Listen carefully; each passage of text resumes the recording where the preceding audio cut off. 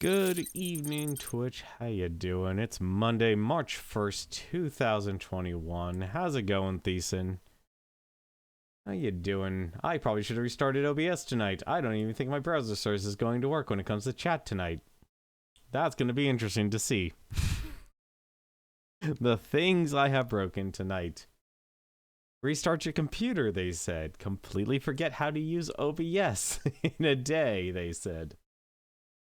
How you doing, though? How was your weekend? Hopefully you had a good weekend. Mine, I started to realize I needed to take some moment and actually get some perspective in my time, what I've been spending with, and I spend too much trying to just do one thing a day. That was a terrible idea. You just came from a stream where the PC was blowing up? I'm sorry, wait. How is a person... Oh, I guess they could be streaming from their mobile phone. That is one way, actually. That's a very popular way nowadays. How was their PC blowing up? Out of curiosity. You finally learned about Kite and learned something about Rina. Ah. How you doing, Dank Magician? Hopefully you have yourself a good day here. One frame every 30 seconds. Oh, God. So they were lagging like heck. You know, honestly, a lot of people actually, and even I did this too way back in the day. Like, when I originally tried to get into streaming, I realized there is actually a technical barrier when it comes to streaming. It's not easy. You can't just simply take, you know, it's kind of the same thing. So many people actually hated Windows Vista, and the main reason they hated Vista is because they didn't actually have, they were still using their components from the days of Windows XP when the requirements were much, much higher.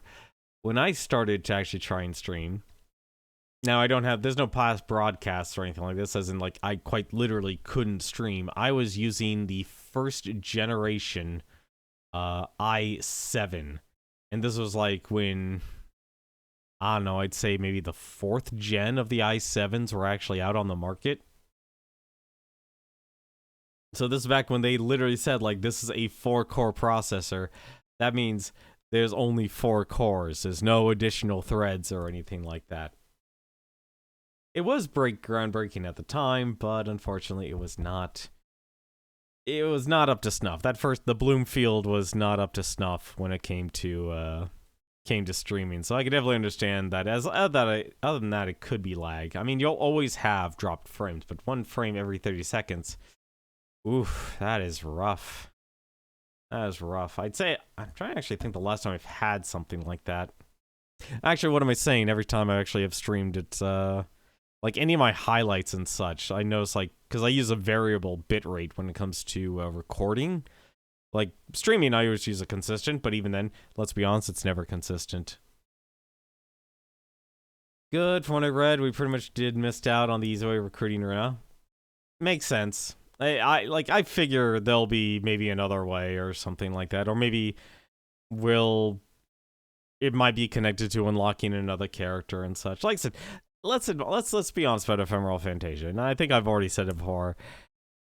This is an interesting RPG because it tried to do what Majora's Mask is, but it's not a good RPG because the execution, it's just not there. It's completely missing out on it. I wish it was more enjoyable, but it lacks that, like I said, it lacks that Bomber's Notebook, it lacks the direction, and so you're stuck talking to so many characters who aren't even revealing, like, obviously the citizens wouldn't tell you, like, where to go or what to do, but I feel like maybe someone, did you figure out what to do with the painter? Yes, actually, I believe it was Dank Magician actually who gave the hint. I'm trying to remember, actually. So apparently, and here's the inspiration, we kind of have to start going around the island solo.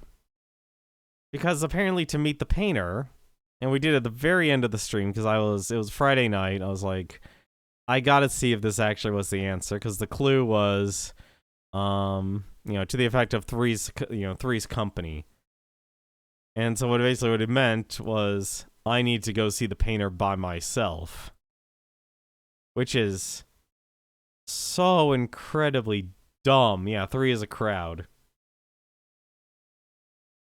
And so the answer was basically, oh crap, I need to go see him by myself. And so I disbanded the party, went over there, and sure enough, it worked. That was really dumb. It was really dumb. But I feel like it makes me realize, because there's definitely one thing I've been kind of omitting in the back of my mind, is that every single scene that you've done only involves Mouse. And that makes sense. He's the protagonist and such, but I didn't...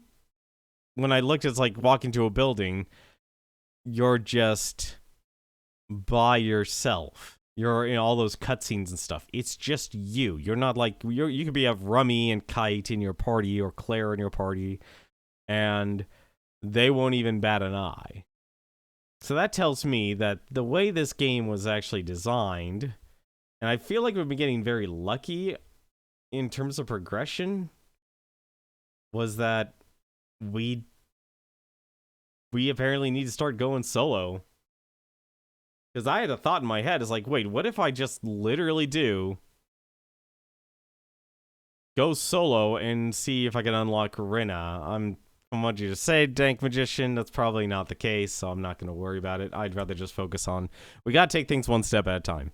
One step at a time. See, won't that make fights a pain? It will make fights very much a pain. It'll make fights extremely long and extremely difficult, but it all depends. I feel like we can have one other character. Like, once... I feel like I said, it's more or less to get the ball rolling. I feel like the painter was really one of the big issues, was that basically, and Ding Magician puts it well, the apprentice should have mentioned that there were way too many people. Like, I'm not going to fault localization or anything like that. I'm going to fault the actual writers when it comes to that, because with, 400 NPCs on the island, there's so much, it's hard to sparse the actual useful information from the junk. And there's a lot of junk you have to basically filter out through. So, why don't we actually get started here? Let's boot things up here and jump right on in.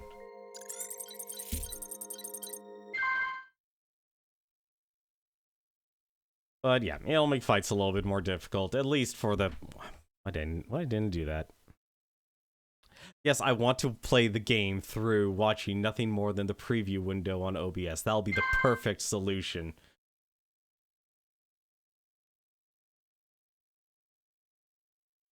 Hey, how's it going, goofy guy? I was mainly interested in Kite and Rinna. Everything else is a mystery to you.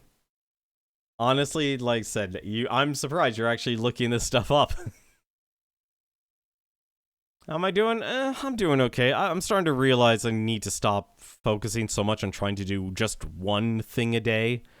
I need to give myself a bit of variety so I can actually go off and actually say, it's like, hey, you know what I did today? I wrote another guide on another draft, I should say, on OBS. I finally figured out one of my problems, because I was trying to make a comprehensive guide, like each lesson would slowly build off of each other, and I realized, yeah, that's really dumb.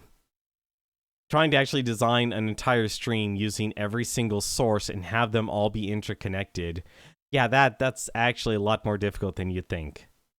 Like, it'll be easy to actually explain, and this is the direction I've actually chosen to go with, and I had to rewrite some of the drafts and stuff, which is why I'm not outright just publishing them immediately.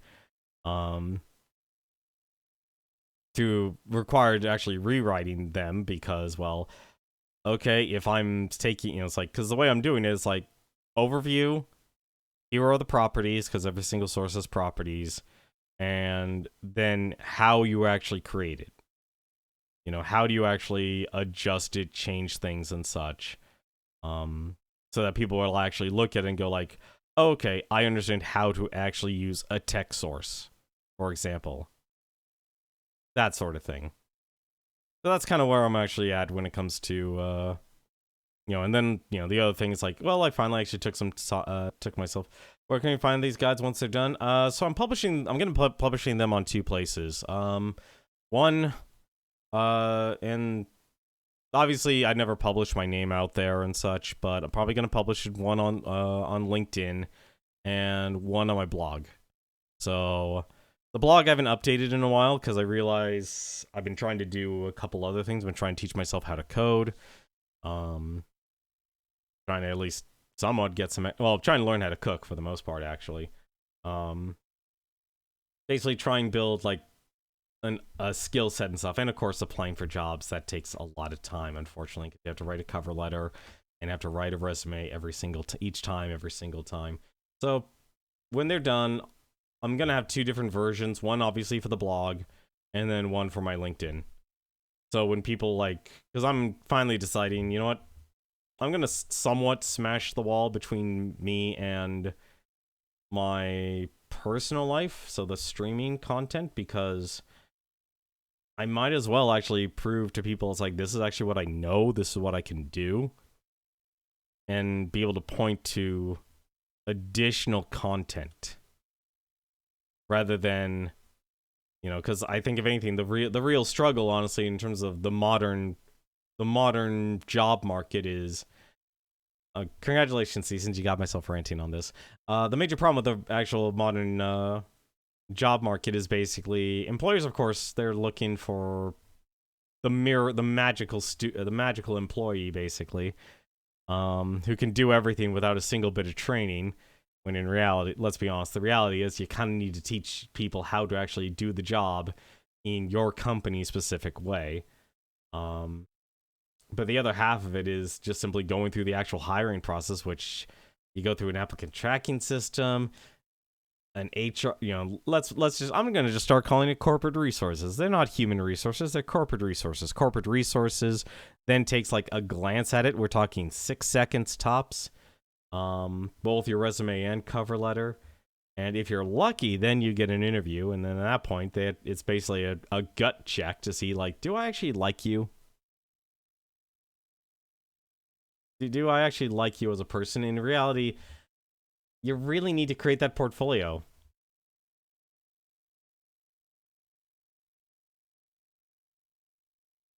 Oh, that's right. That's right. You were actually working towards accounting firms.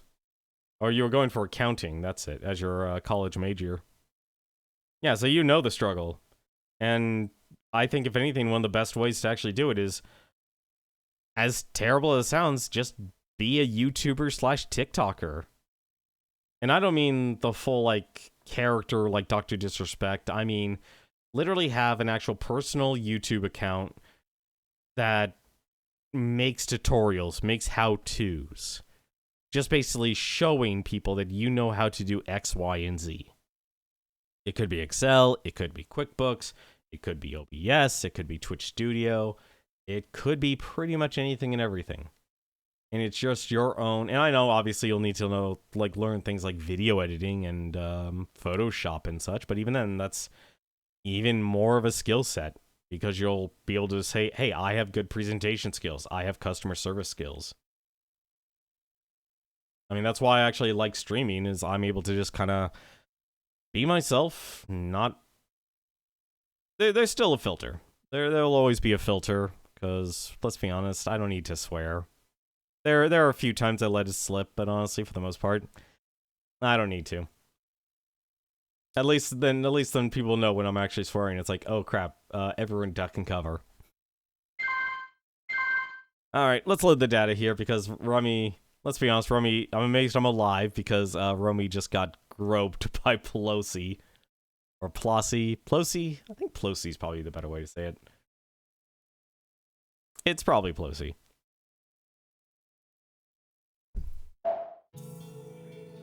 But we did get our actual marching orders here.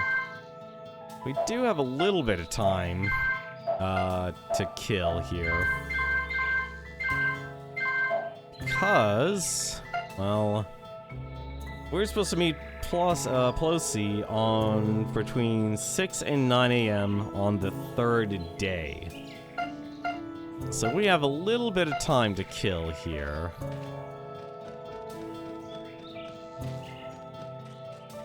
I'm trying to actually think, what else could we do in the interim here, because that's a lot of time. I'm tempted, honestly, just to sleep.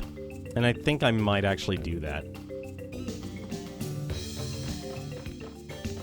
Because I'm still bothered, I should say. Like, I don't know if I should focus on just unlocking characters, and maybe the characters will then show me the way. Pelosi chose a nice range knowing his character. Look, it was either Rummy or Claire. One of our two party members was gonna wallop on him. I just chose Rummy. I'll just have to take responsibility.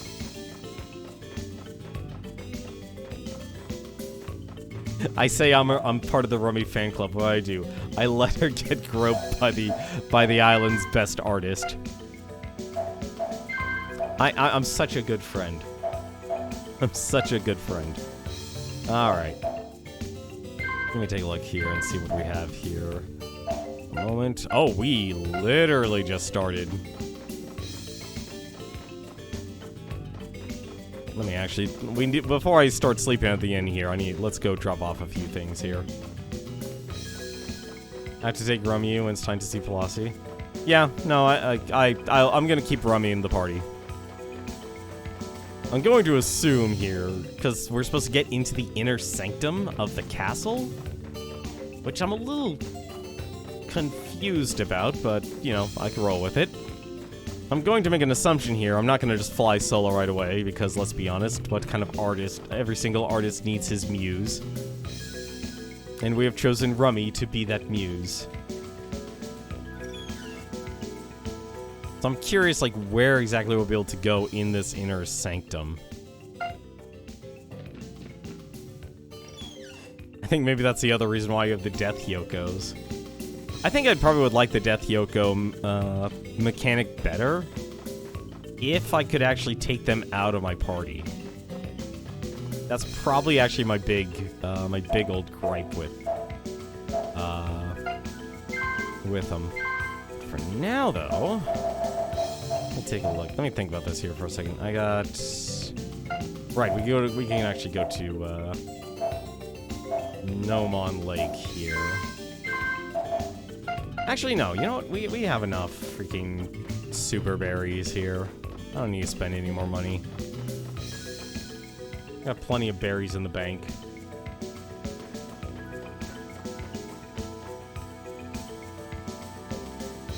Like, I realize, like, one of my other struggles here, in terms of publishing content, I just need to also, like, I'm trying to do too much. That's really one of my main struggles. I keep trying to do too much, so I try and learn how to, we'll leave those there. I'll take 30. Because what, these? Yeah, those heal 500.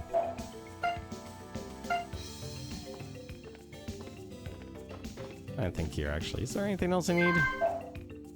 Got the Awakening, we've got the healing items, the Water Amulet. Yeah, I think we're good.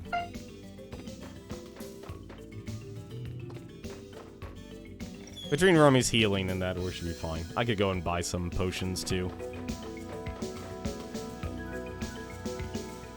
But the other thing I've been doing, I finally actually got off my duff and actually started playing a little bit more of, Monster Hunter World Iceborne.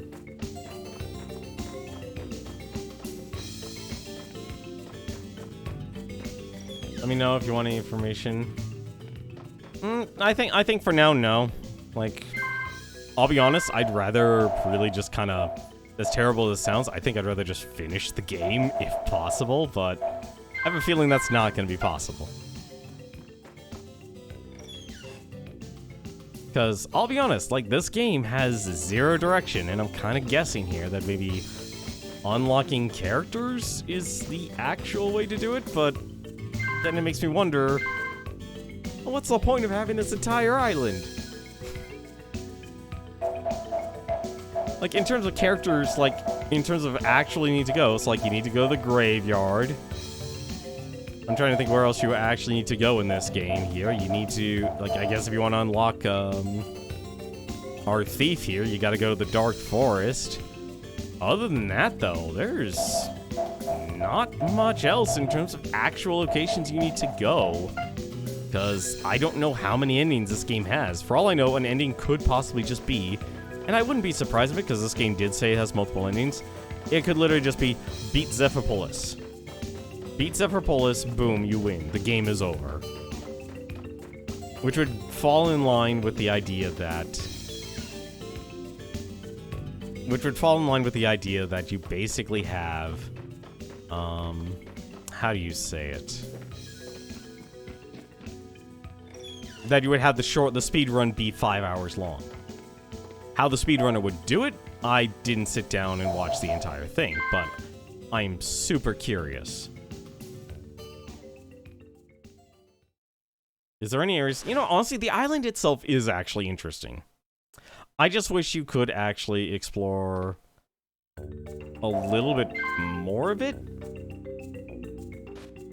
Because there's still, like, a lot of areas in this game that are just completely blocked off. And that's honestly surprising. And yeah, we're doing the big loops here. 6 a.m. on the third day? Yeah, we should be fine. Mouse the narcoleptic. He's got problems, guys. Alright. Let's go to his house. Let's get ready to roll.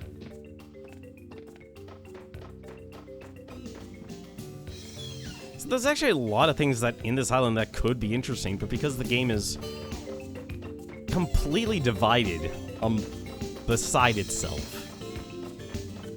Because, like, to me, I would have literally, like, and this is, I think, if anything, definitely more conventional. I don't even, why am I going this way? I'm going the wrong direction.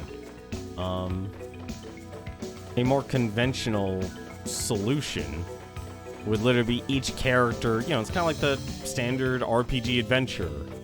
Meet character, character goes off, meet character at X location. There. You're done. Help character, you've unlocked said character. I mean, even games like Valkyrie Profile did that. Granted, you were seeing their backstory before they died a horrible, horrible death, but you still went off to their area and recruited them.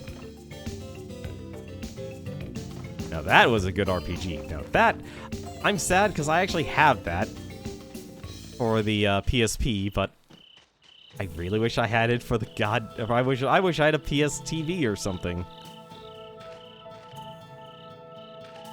Now wait, can we actually? No, it's locked. So yeah, I think the island had a lot more potential to be more interesting. Because let's be honest, for an island, I mean, it has an east coastline, has a dark forest, a forest of illusion, there's the wilderness. So there's a lot of areas here, a lot of, you know, areas that you could basically explore. And for a game that was basically developed for the Dreamcast, this game definitely had a lot of promise. It definitely reminds me a lot of Skies of Arcadia. What the heck is a PlayStation TV? You've never heard of a PlayStation TV? Oh, Thiessen, my friend, you have. I don't know if you're blessed or not. So pretty much one of the big things that... And I believe this game... Actually, yeah, the PlayStation TV came out during the time of the PlayStation 3. It was, needless to say, kind of very much like a PlayStation, you know, your PSPs and your PS Vita, where you had basically people wanted to be able to play. Actually, I'm gonna pause this. Actually, we'll go to it because I actually want to focus on the PlayStation TV because I love talking about the darn little thing. Imagine you can't afford a PlayStation 3 because they were charging $599 for a PlayStation 3. We all remember when everyone had a heart attack hearing the price of the console. A couple years later, they released the PlayStation TV. Now imagine you're able to take advantage of the PlayStation, the PlayStation Marketplace, where you could basically buy all your PlayStation games digitally. And the one nice thing that Sony actually did for a long time, and I think to the most point they actually still do, but it's not as versatile as it was back during the time where you could buy a game on their online marketplace and play it on not only your PSP, but your PS Vita and also your PlayStation 3. Because they had compatibility across it, because you were able to play PlayStation 1 and PlayStation 2 games on your handheld systems.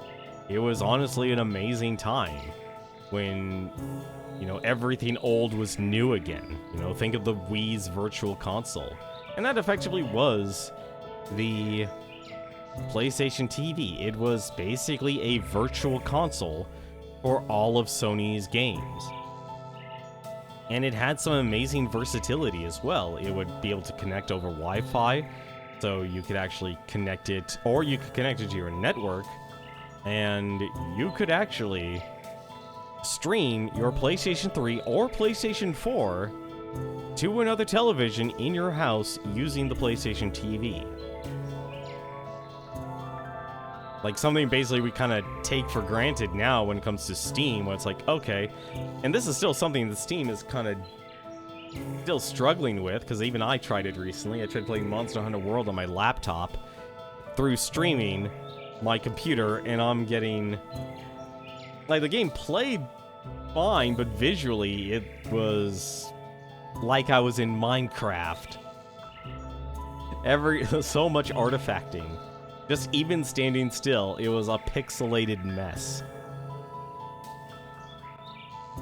But the PlayStation TV, though, it could do, it had an HDMI port, and effectively it just gave you access to the PlayStation Marketplace. So any PlayStation 1 or even PlayStation 2 games, you were able to just play. So it was not only a standalone unit, it was also a streaming unit. And it would even support Vita games as well, by using the, what do you call it? It was very, like, that was the part where clearly it was falling apart as a device when it tried to integrate the Vita stuff, because, well, the Vita has a touchscreen on the front and back of the darn thing. But, needless to say, though, I remember for the longest time trying to actually get my, not trying to get my hands on it, like, I was always at that point where it's like, I want to get one, but I can't really afford it. And that's where I was like, yeah, that's why it kind of like stands out to me, because I remember, I think it was like the lowest price it came down to was literally $100, and that was a bargain, honestly. I should have jumped on that, but this was during a time where I wasn't employed. So in terms of buying luxury, never mind the fact that you not only had to buy the actual system, I would have to buy a controller, I would have to buy the actual games itself, and of course the real cost for that entire system, just like the PSP and the PS Vita, they went with proprietary memory cards. And Sony charged a lot for those proprietary memory cards for the Vita and the PSP and such. It was one of the greediest things they've ever, it's kind of like the way Apple does it. It's like, here, we're going to use the lightning bolt. What was it? They're just announcing that the new iPhone's going to come out and it's still going to use the lightning bolt. It's like, just use USB-C. Just use USB-C. It's that sort of deal. So it's like, instead of just simply using a standard memory card, which was micro SD or SD, the SD memory cards, Sony goes off and makes their own proprietary card. And needless to say, it's like, well, okay, now I've got to pay, what was it? I think like another $100, because those memory cards were expensive, because if you're buying a standalone PS TV, everything has to fit on the memory card. And granted, PlayStation 2 and PlayStation 1 games weren't that take up a lot of space, but the price per gigabit was a lot. And I think like the highest capacity was maybe 32 gigabytes. And I think it was like just to even get a gigabyte was like $100. That was still really expensive. So you're literally looking at like $200, $250 if you're buying everything without already owning, say, a PlayStation 3 or PlayStation 4. But if you're completely integrated into the Sony system with the PlayStation, it was actually a pretty interesting device to actually own at the time. And still technically is. I think the only downside of it is compared to, say, owning the actual physical games, like you're emulating, like say you own a PlayStation 1 game and you're playing it off of the disc on a PlayStation 3, the PlayStation 3 is going to make that look so much better than if you were from the PlayStation Marketplace. I'm trying to actually remember what the PlayStation Store, it was literally just called the PlayStation Store. I don't know why I'm saying Marketplace. But yeah, it's somewhat similar to what Xbox is trying to do with the USB system. Exactly. It's very similar to that. You basically have everything on this little proprietary memory card on the Xbox Series X, and you can effectively take your entire game library from console to console. You can go to your friend's house and just boot up basically your account and everything.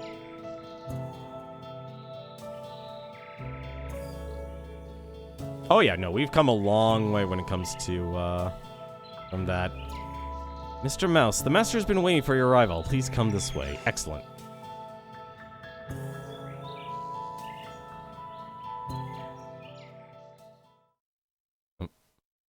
Got the jazz? Well, let's get this started. Come on, my friends.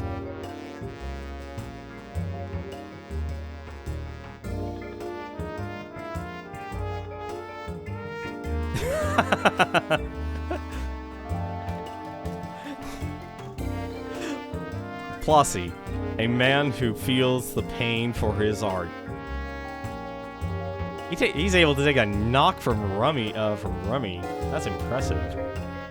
Wow, I did it. All that's left now to do are the final touches at the palace. I know I can finish this by the morning of the wedding. That explains it. So the painting we were looking at originally wasn't actually finished. Because this is colored. Compared to the others, it's not. Outside the PlayStation 1, you don't think you bought a memory card for any console? Well, thankfully, if you want to go with real hardware in this day and age, thankfully now there's high-capacity memory cards for the PlayStation 2, and even one that's coming out for the PlayStation 1. Larry, this is going to end the same way as all your dates go. Oh god, that's... Plossie is... I don't want to compare... You know, I can't compare Plossie to Leisure Suit Larry, because Leisure Suit Larry is a surprisingly idiot savant in everything. Thank you, I couldn't have done it without your help. Now it's time for me to hear your request. I've got a promise to keep, you know? Mouse explained the true state of things. So you're saying you want me to help rescue the princess? When you start talking about the temporal closures in the spell of time, I don't know what to say. It's not that I don't like strange tales, but a promise is a promise. I'll do as you ask. I'm the only one who's supposed to be able to get in the palace. What do you plan to do?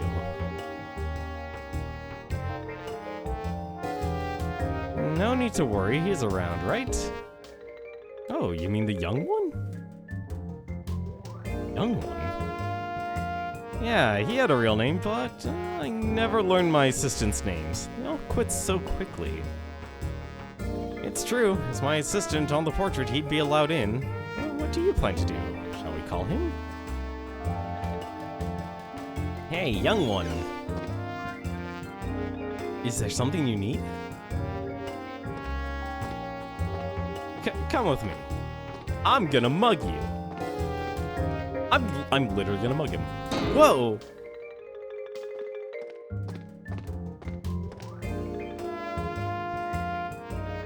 happened to Mouse?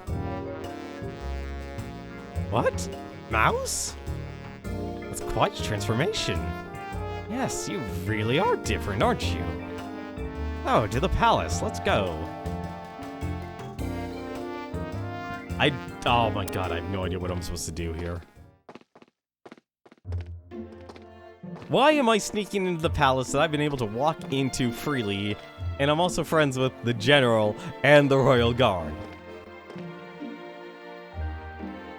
What am I supposed to do here?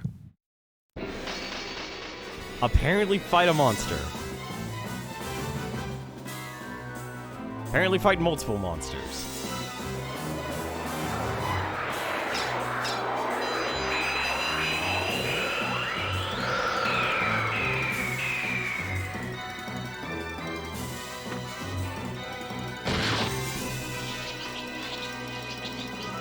They believe in their artwork.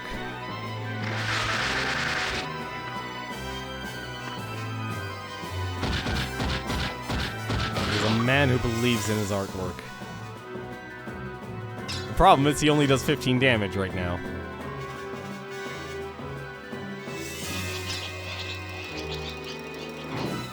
Also, unfortunately, Flossie only has black ink, which apparently blinds his enemies.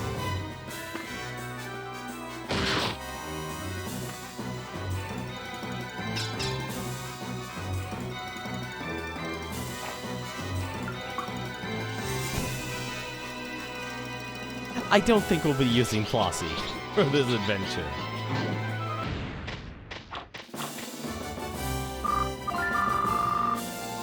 Oh god, he was literally level 1. Whoa, wow. Was that the so-called time demon? That was a rather far-fetched idea, but seeing the real thing was a shock. You know, I've been to this palace many times, but that's the first time I've ever seen that thing. I wonder why. Since the battle is being waged in the dimension of stop time, normal folk don't notice their existence. I think this is actually the first time we've had an explanation as to why I have to deal with so many monsters in the castle, and yet everyone else just completely ignores it. Patimo, thank you for finally explaining this to me. But for some reason, we're able to exist in the same time as them. It's the same for all those who believe us and are working together with us. I don't really know what the reason is, but...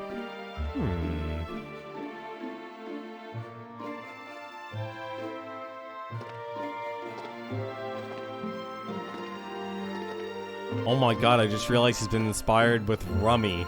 Rummy is nowhere... The princess is nowhere near as busty as Rummy. People, I ask you all to leave here at once. What? But... You're interfering with Master Flossie's concentration. Besides, I do not wish to have a crowd watch me while I get my portrait painted. Now please, hurry. Honestly, I could imagine L'Oreal just being so deadpan with everything.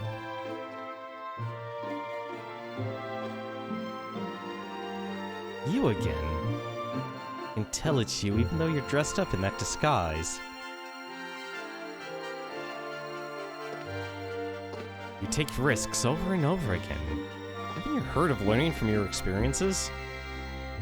Yeah, that's why I do things different each time. Get out of here now while you can. Recklessness isn't the same thing as courage. You're not wrong. Assess your skills and strength before you go ahead and do something. That's not very becoming expression, Princess L'Oreal. What? It's not finished yet, but this is what your portrait looks like right now. I don't want it to look too differently from what you actually look like. So if possible, do you think you could make an expression similar to this? I just realized what... You know, flattening is a very interesting expression once I actually look at that artwork. I don't think that truly looks like her. That looks like her, but at the same time, that face. That face. This is a sketch I made with Mouse's help. He gave me a lot of advice and suggestions. I drew this while listening to his impression of you. That's why it looks like this. It seems this is how he envisions you. Actually, he's probably just hoping you'll look at him like this, you know? Okay, you know, I take everything back I said about Plossie. Plossie is the best wingman ever.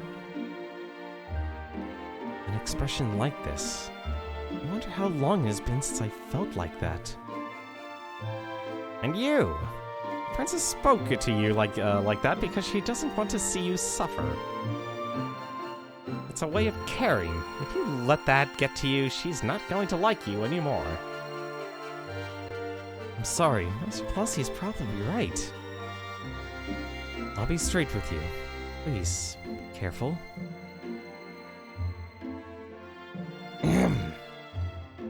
I'd like to get to work on the portrait.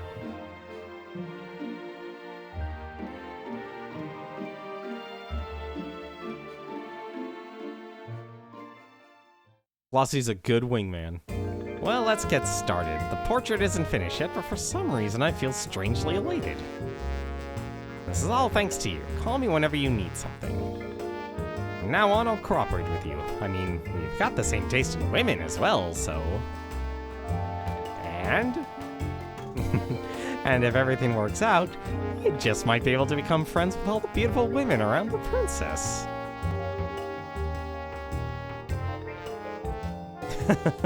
That's a very good reason indeed.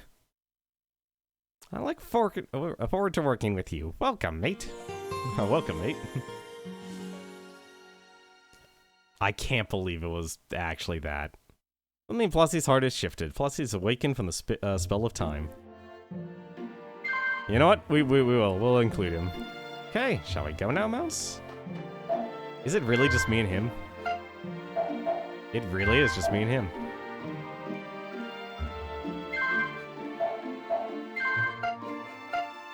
But what does he have, actually? I'm curious. So he only has a spell here. It throws black ink that covers their eyes. So he literally has a spell effect of blind. Also, that walk. He is a wise old man. He's perverted and wise like Master Roshi. Except maybe Plossie actually understands, love.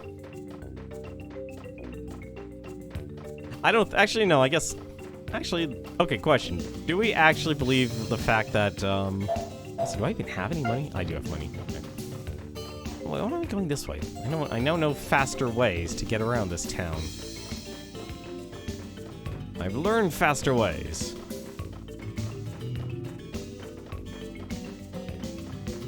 Let's go see who the fortune teller says that we can actually go rescue next.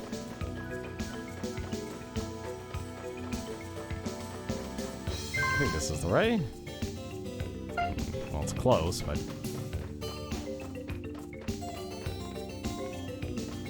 Get out of my way. I was about to ask, like, does Master Roshi actually know love, or does he just appreciate the classics?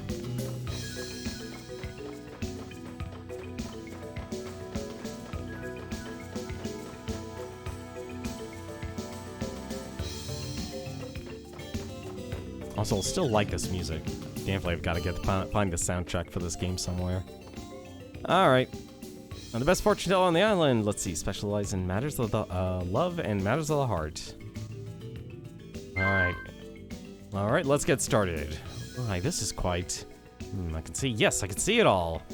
This man is very cunning. I see a man who is carrying a sad burden. His friends...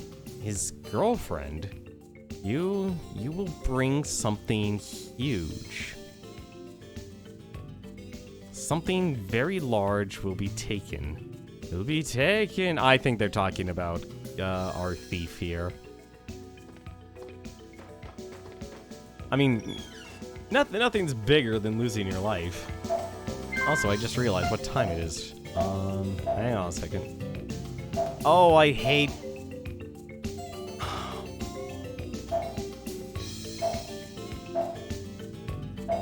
As much as I want to have Philosophy in my party, I feel like I have to actually start doing some risk-taking here. And unfortunately, that means I've got to actually... If his mags mean anything, you probably already know the answer. No, like, let's be honest, everyone already had... Well, okay, maybe not anymore, but people used to have magazines. Used to. Alright, what skills? The heck of skills? There. Alright.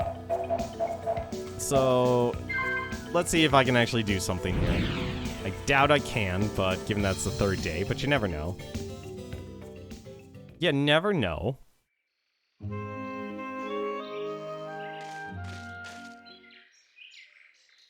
You've got really bad luck. Imagine running to the infamous Galhint gang in this secluded spot. They're over all your money right now.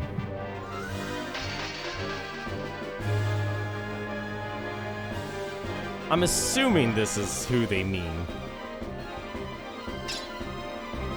Because I'm trying to actually think who else I could actually... Actually, I'm trying to think who else can I actually help here. Wasi, Bagog, Anna, Remy, Claire, Height, Brenna, Galhut? It's 8. I don't know if I can actually.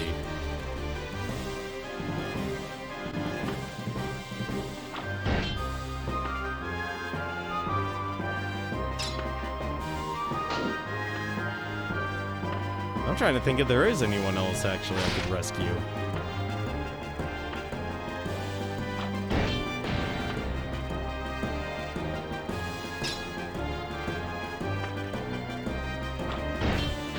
There we go.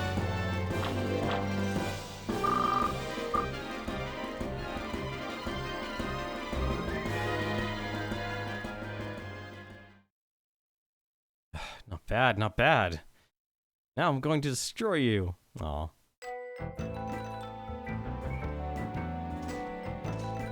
Hey, boss. Galhint, why are you stopping me? Dangerous. That's a guy that's really dangerous, Zenny. I told you that over and over again. Never take on someone stronger than you. As you heard, Mouse, my policy is only to take on battles I know can win. And you look tough. I won't mess with you, but this forest is our headquarters. Stay away from here. Please, I'm asking you. Life is give and take, right? I'm hoping maybe being by myself will actually change things. My Galhint, if you join me, we'd definitely be able to take on that guy. You idiot, didn't you figure out fighting him? We're in the same business.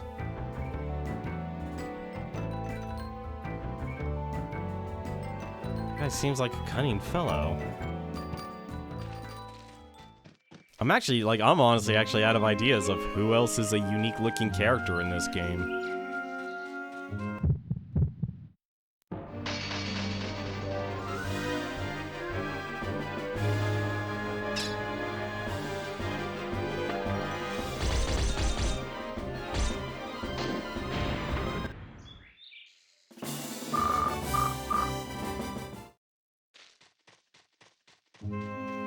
Because there's no one else on my list I can think of, honestly.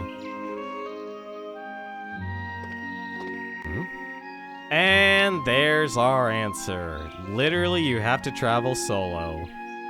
Hey, you! Hey there, you! You've got guts, buddy. You know this place here's the bandits' hideout. As long as you don't get in the way, I don't care if you drop by. I'm gonna run the same business after all. Oh, maybe this isn't. Oh, maybe that's not the answer then. Zen's flipped over our leader. Be careful what you say, otherwise she might cut off your head.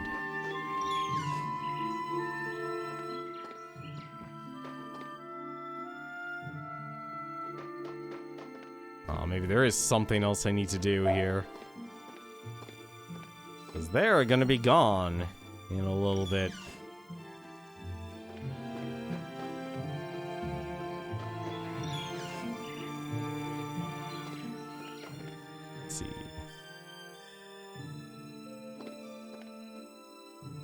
You like playing? He wants to play dominoes. I don't think there's anything else I could do.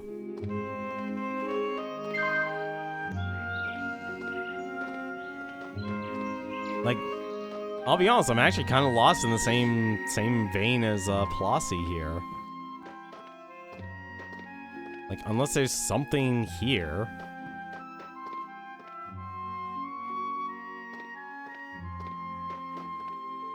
Like, unless I'm able to find them before they go into town, that might actually be the answer.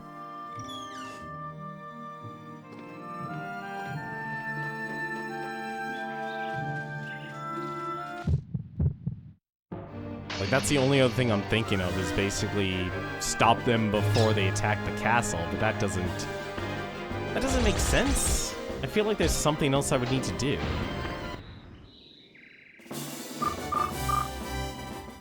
Because we know they said those rumors of them attacking the town. 5 potion. Money. Gold. Empty inside. I'm trying to think, like, what else, if I was a thief, what else would I need to do here? I mean, I am a thief, but still.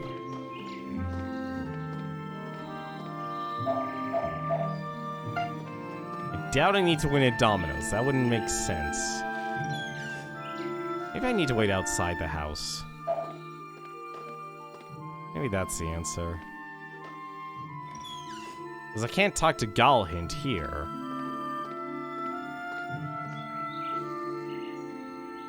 Because what? Let's see here. I think the wedding announcement was at 9?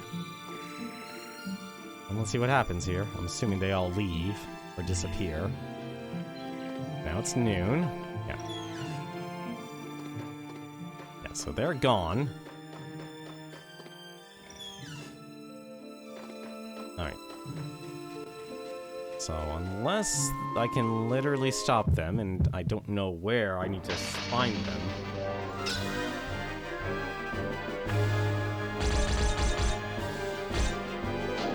I mean, at least the positive side with Mouse is that you can... He has basically AoE clears.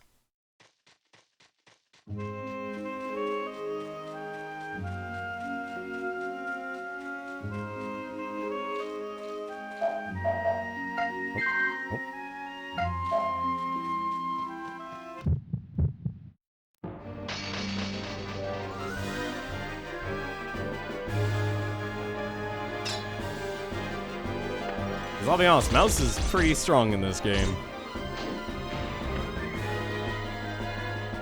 Unless he forgets to attack a steel antelope.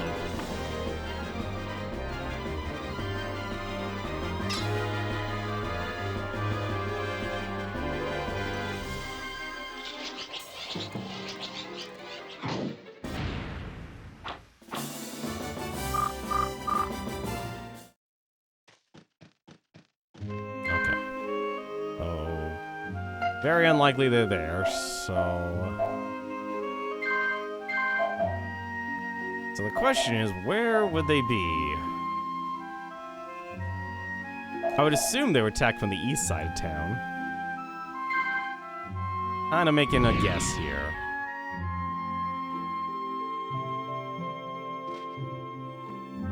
Or it could literally throw me at the ruins. Okay. That actually works.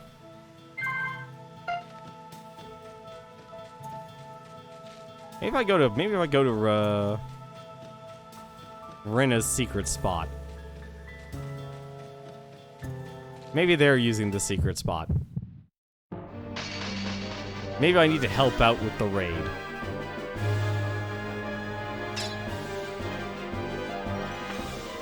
Become a prisoner. There's the answer.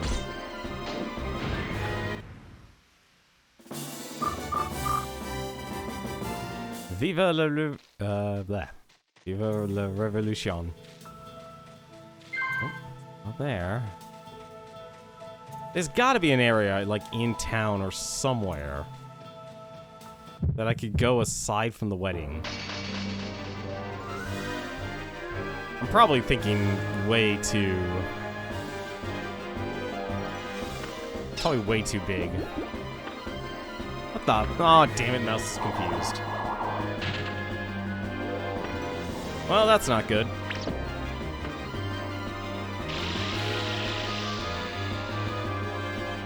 Well, let's hope mouse doesn't attack himself.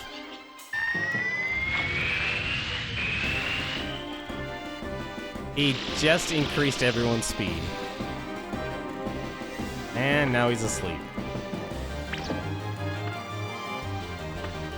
Oh, finally, thank you.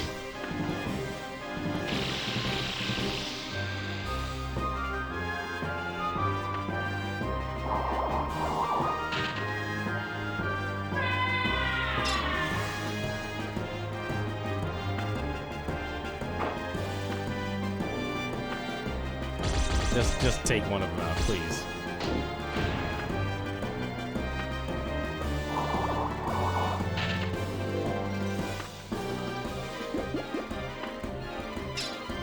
As long as he doesn't get confused again, I'll be fine. Flowers go blue.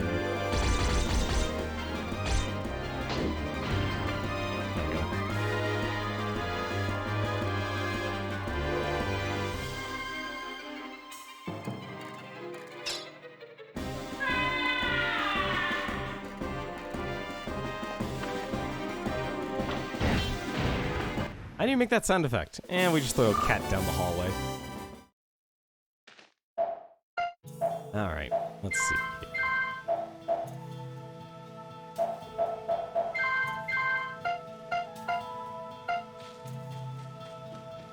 It's gotta be like an area where they all meet up.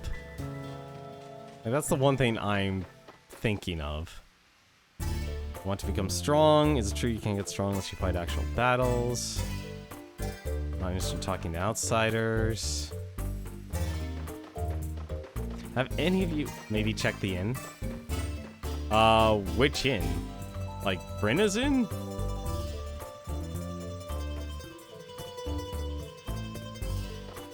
I mean, that is a possibility.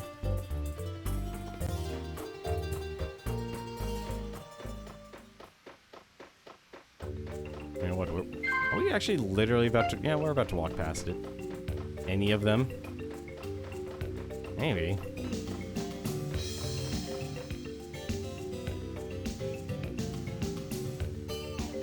Well, we'll check Brenna's in since we're here.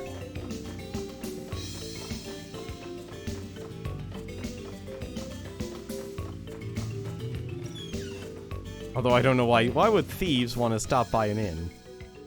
Excuse me, sir. Wedding messenger came from the castle requesting your presence at the wedding announcement reception tonight.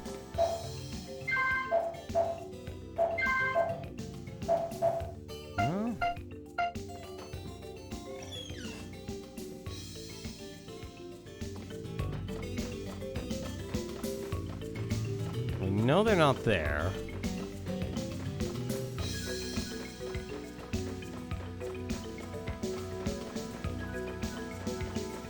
Maybe if I wait outside the gates. Or... Actually, wait a minute. Did I already miss it? No, that can't be right. I don't want to actually get too close here. No.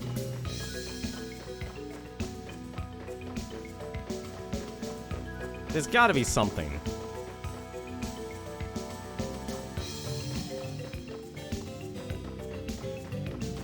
I'm actually surprised there's lightning.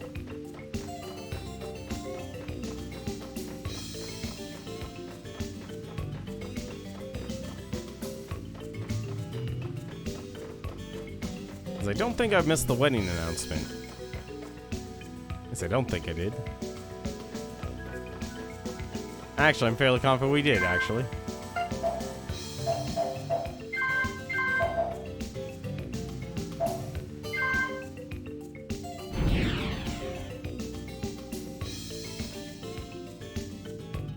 That? Okay, well, it's close enough.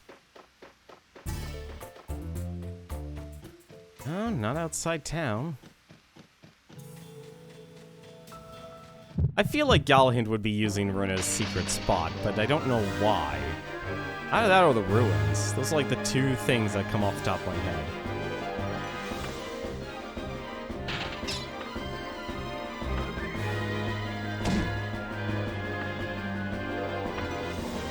Unless I need to read the clue again, then maybe it's that.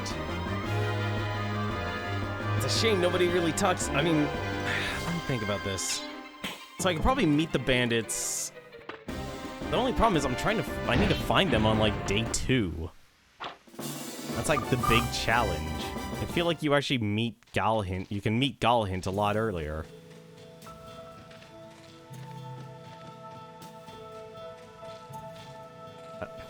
Hello? Secret entrance, please? Thank you.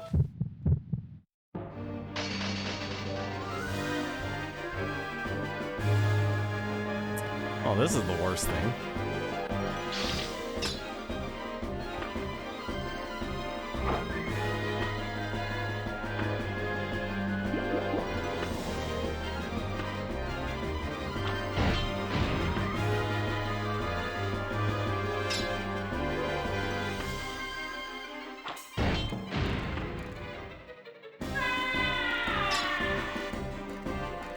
Oh, damn it.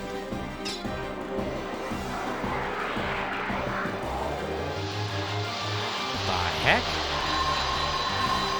Oh, but... Morale? Oh, that must be Kite's, ability then. He's just gonna keep casting spells for everyone else.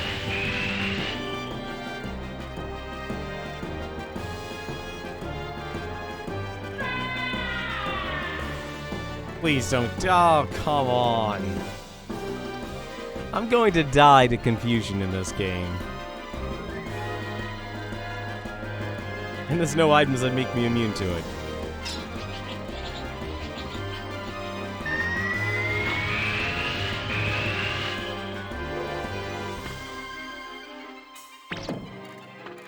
I am quite literally going to die because of this. Mouse, please recover.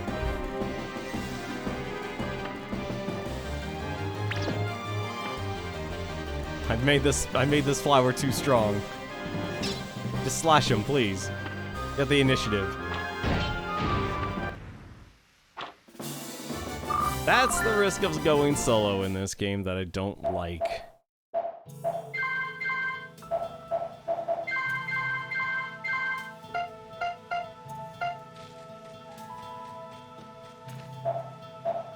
Yeah, no, I don't know what to do. I think I might have missed the actual ceremony because it's actually nighttime. Yep, gates are closed. Gates are closed. I guess we did miss it. And unfortunately, everyone else related gets gets put under arrest. I have no idea what you're supposed to do to actually unlock him.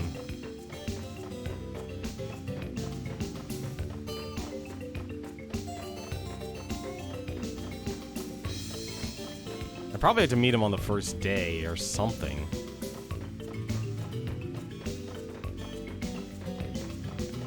Wrong way.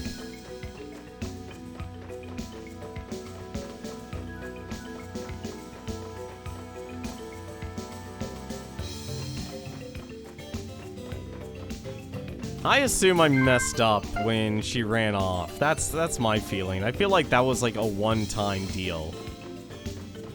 There's probably another way to unlock her, but I don't know yet. I feel like that's what, I feel like that's probably what we missed. Because, like, that was a cutscene that I probably should have stuck more by the end, but I was too busy trying to do... Who was I trying to actually get? Was it actually Kite at that time? No, it was actually Rummy. It was actually Rummy. We were focused on Rummy at that point.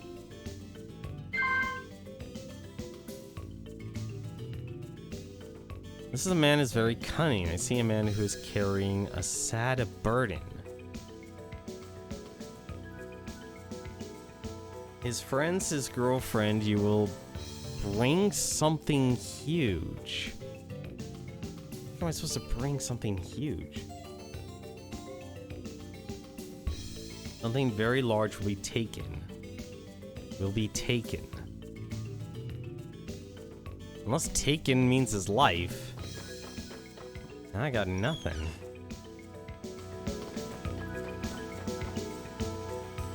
I wouldn't be surprised if Rinna and Galahint were connected somehow. That's probably actually a connection. Because, like, it makes the most sense because she shows me a special spot that only she knows. But because she's the only one who knows it, you could probably actually rescue her. Hello, this is new.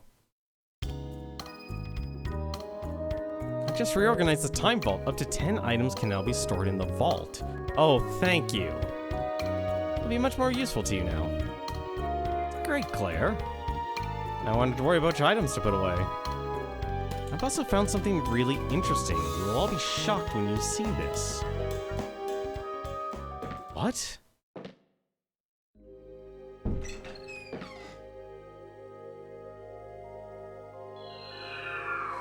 I, Claire, beseech these sliders of the world of time, call forth my brethren. Oh, what's going?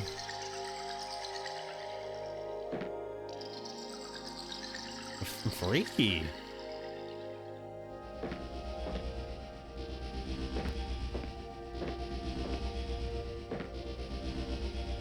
What's going on? What is this?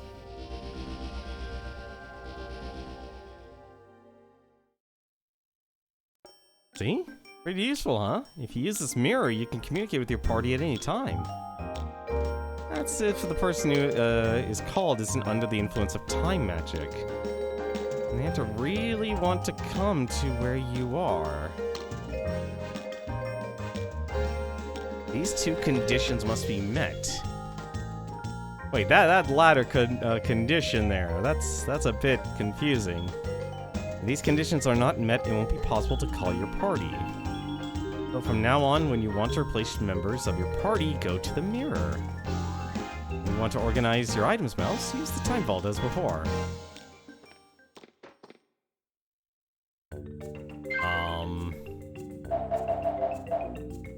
Oh my god, Kite actually isn't on the list.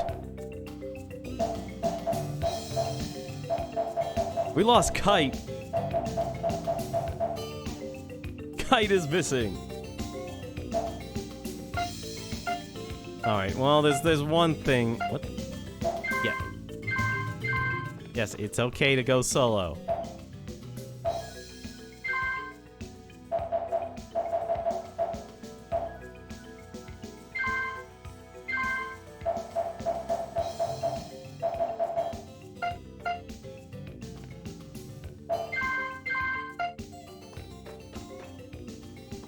Actually, there's one thing. Well, let me think about this, actually. No, you know what? It's actually fine. There's, like, nothing else I could really use with the money right now. Does this actually... It actually works. What do you know?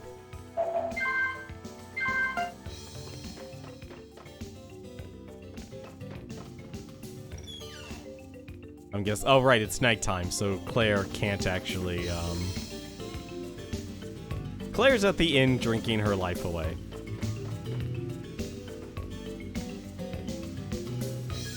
That's interesting.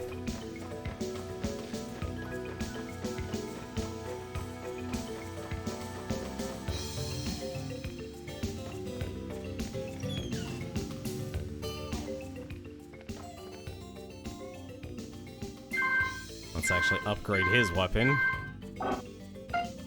That is gonna be expensive for him. I know we're not really using Begoth here, but still, I'd rather have someone upgrade it, have their armor and defense, or their attack and defense upgraded than none at all. You're meant to talk to the innkeeper day 3 around 7 p.m. You'll tell you Rinna hasn't come back.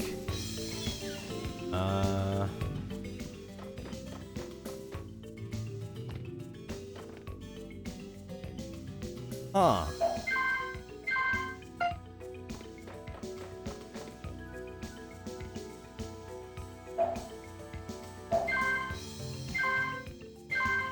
This, yep, that actually will get rid of him. That is so much better than having to actually run around the island here. Why wasn't that ability given to me before?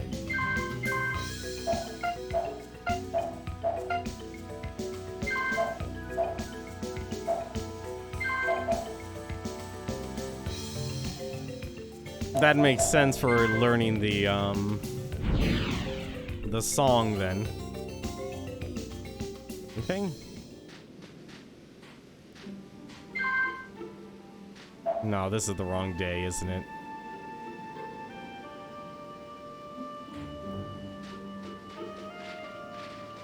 Well,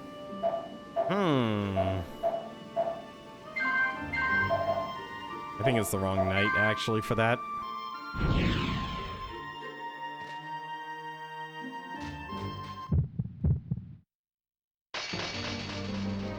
My Zephyropolis has been... Oh, God, I'm the one who's going to be saying Sephiroth now, thanks to you, Dank Magician.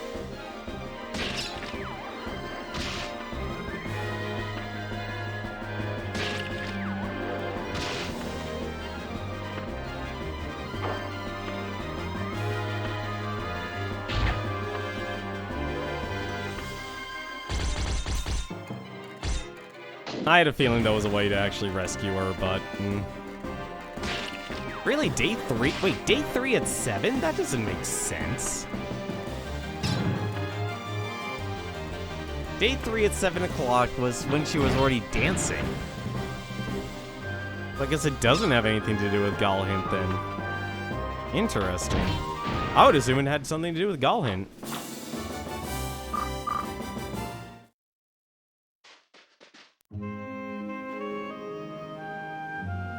Never seen a well this big before.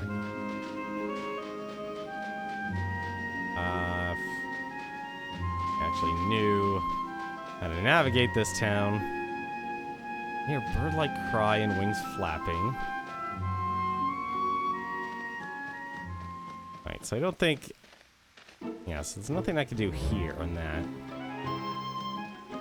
I wonder if I go around here solo. Oh, right, it's nighttime. I have a really bad habit of coming to this place at nighttime. I don't know why.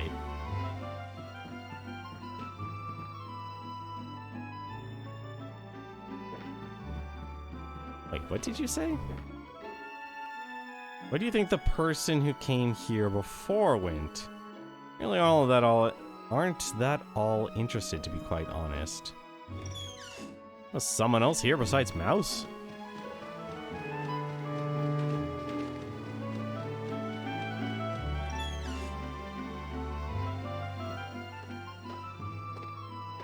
I just assume all the thieves. There are 3 different locations on Pendule Island where it's easy for the spirit powers to collect. Across the ocean, cling to the white cloud falcon, and maybe one person could cross. What? Cling to the white cloud falcon, and maybe one person could cross.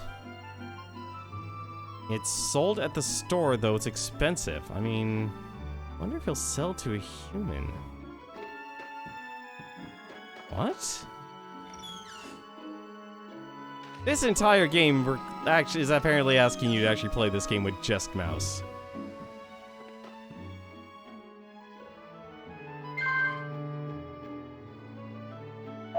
Doesn't have anything though.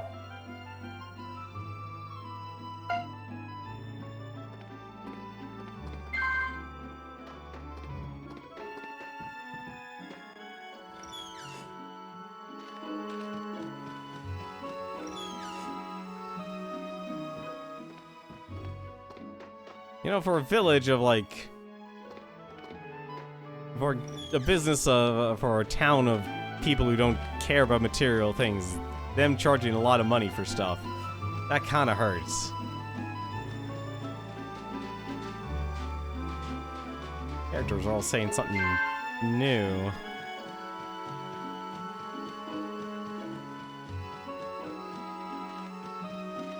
Guessing the bird is probably there. I feel like I'm forgetting someone. The Cloud Falcon?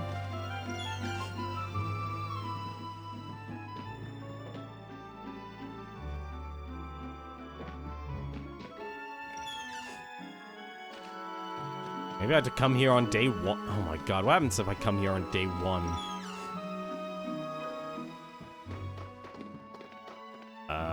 Let's see, since you're human, smart to make it, tell you something. Okay, 3 different places. Cross the ocean. Link to the White Cloud Falcon, and maybe one person could come across. It's sold at the store.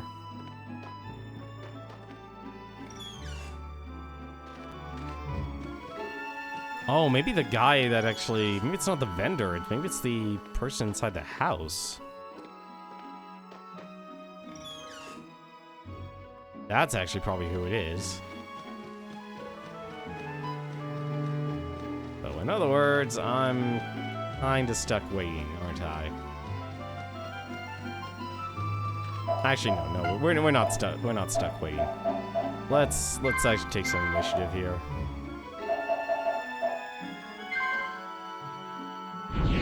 We can jump around everywhere. Perfect, just the actual place I wanted to go.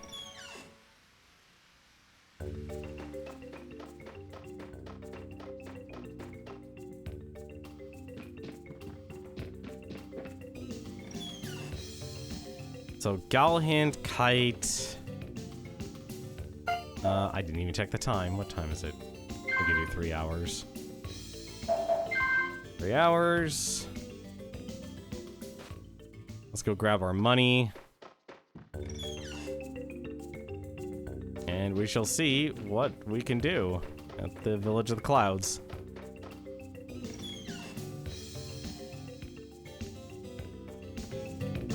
I feel like if I come there during the daytime, I might have better luck. Because if only one person could cross the ocean, that means I could possibly go and save Kite. Because that would take me to the ghost ship. See, this is the moon logic. This is the moon logic. Alright. Grab the money. Draw the money. And then we'll go to the Village of Clouds.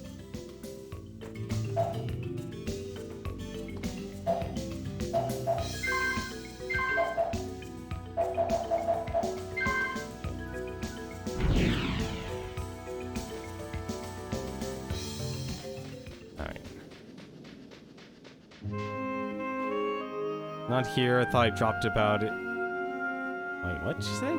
It's not here. I thought I dropped it around here somewhere, but... Oops. Oh no, I've been overheard. I mean, she dropped something. What the heck did she drop? What reaches the heavens is what connects us. What's that for the hint? Don't tell me there's like an item I'm supposed to find here. Don't worry, I've got like 20 of those live berries.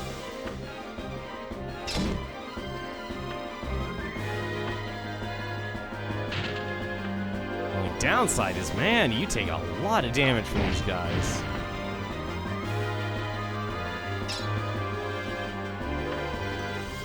Alright, level up Slash. Oh, he does a lot more damage.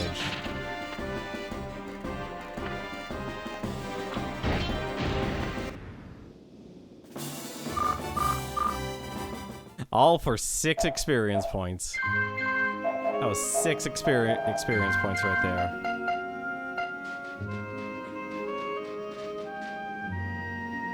There's a shadow for your eyes, right? Why do shadows appear?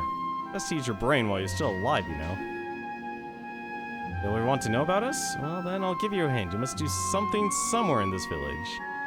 That doesn't help you? Well, that's true, but... I just want to look on the outskirts of town here, see if there's something, like a chest or something. Maybe as strange as it is, I don't think this game actually has any items I could pick up. But you never know. Never know.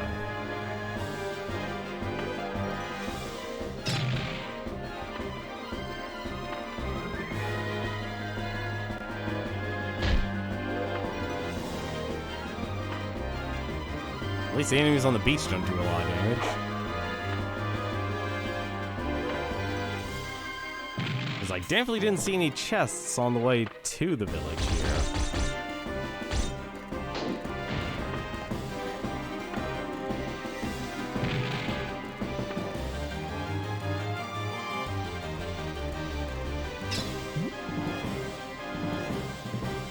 Oh no.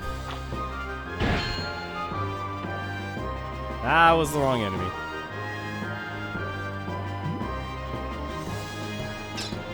Okay. So kill Slut Dog B, or Shelt Dog B.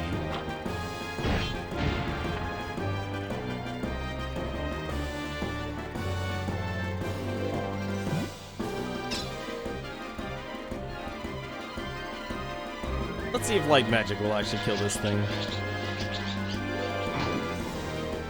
It does damage.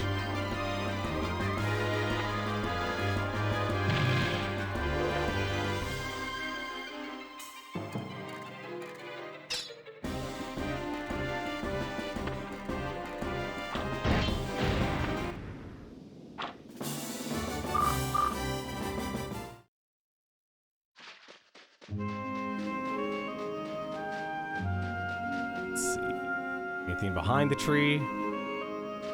No. Oh, I think there would actually be like some sort of key somewhere. Is anyone inside the house? Go home, human. This village has no use for humans.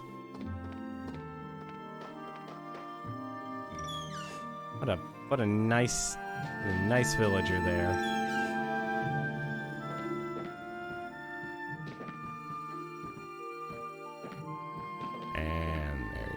No one here. Alright, let's go actually in through the portal here.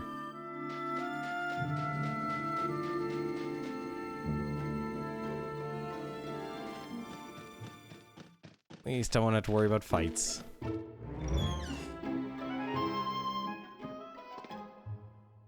Hi, human, I'm surprised you managed to find your way here. Well, guess he's not the one who takes care of the burb.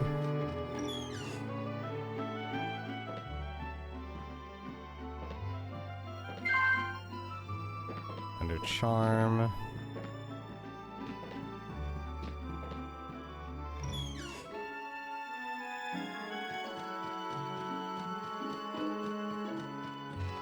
Alright.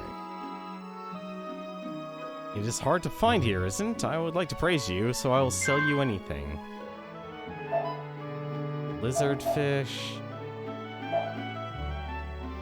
No, she doesn't sell anything special either.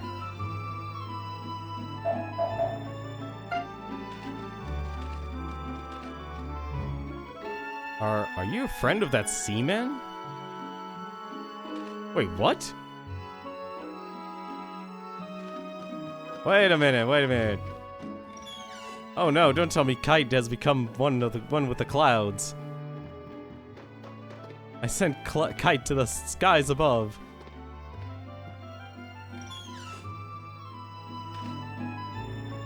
I'm not particularly fond of humans down there in the lower lands of Earth. I need to commend you those who have the brains to make it all the way up here. For your stay. Wait, I was in this house, right? I guess I was.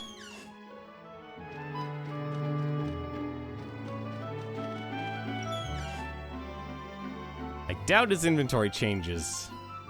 You want to purchase anything? The prices are very high. Sky blue, known for its scent. Yeah, these don't Well, these are actually important. I'll probably actually buy these later, but still.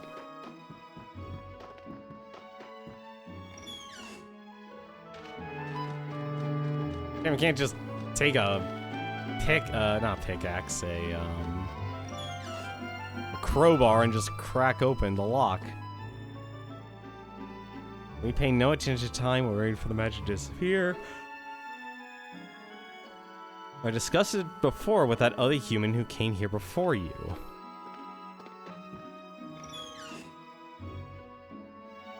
There's definitely someone else here, so I should probably actually go here on day 1. Across the ocean, cling to the white cloud falcon and maybe one person could cross. It's sold at the store, though it's expensive. He's so mean. I wonder if he'll sell to a human. Wonder if he'll sell to a human?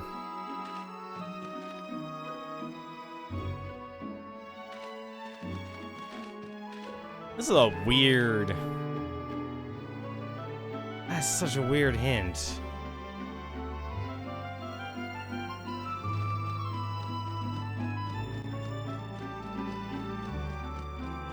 It's like nothing else of substance here.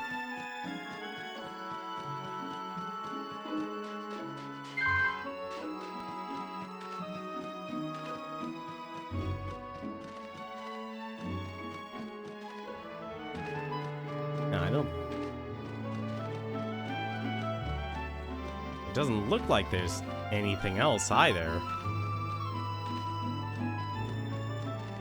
But there's no items or anything to pick up either.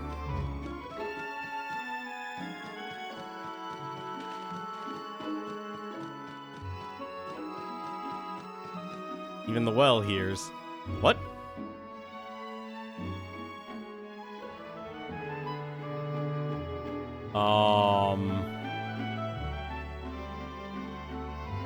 To think that the island rises high in the sky like that.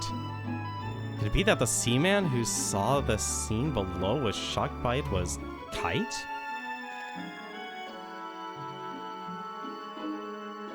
Wait a minute, wait a minute, wait a minute.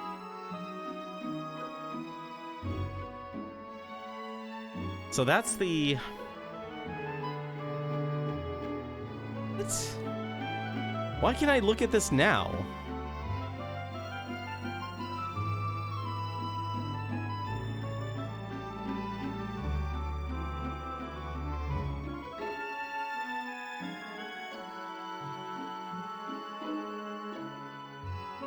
I'm so confused by what this game has to offer here.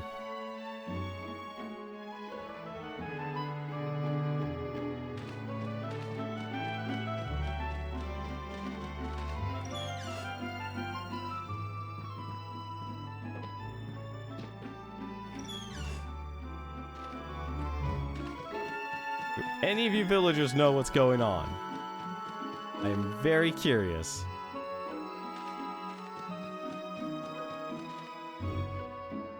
Are you a friend of that seaman? So definitely something happened here.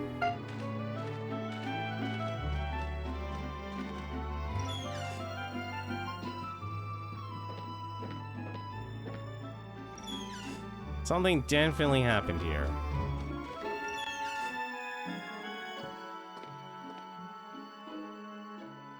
You wish to ride the Falcon. It's expensive. Is that okay with you? Yes. It'll cost you 10,000 gold. Are you willing to pay that?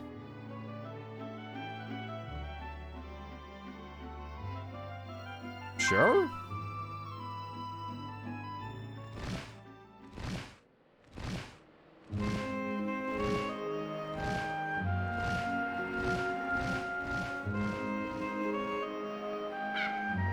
I am so confused.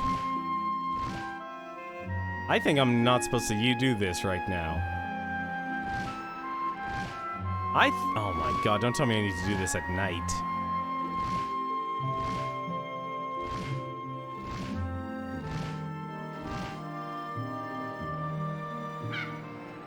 Or I just get brought to an island, okay.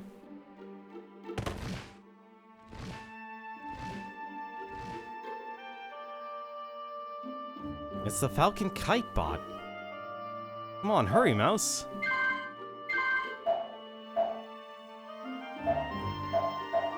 I would assume this part sucks, honestly. Because I might not be the right level for this.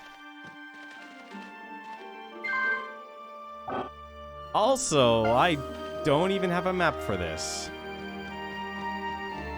Please be the map. Power nut.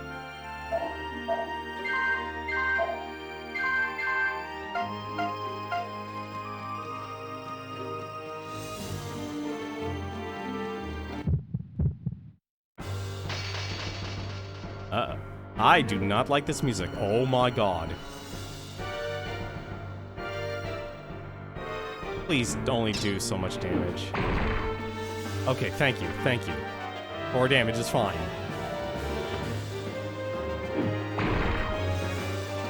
I was worried like these guys would do like 900 damage. This game kinda has a bit of an issue in terms of balancing, let's be honest.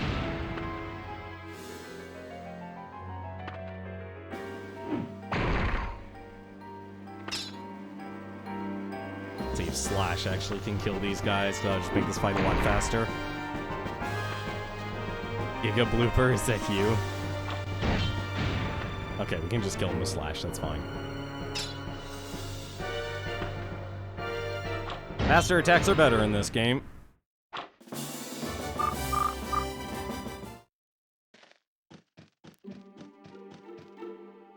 Uh-oh. Oh, this area has 2 places? You're kidding me.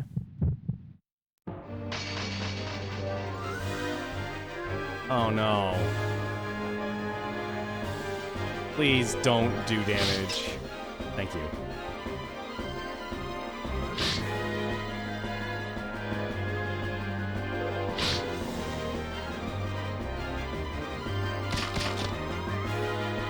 I'm hoping I'm a high enough level for this area. It feels like I am.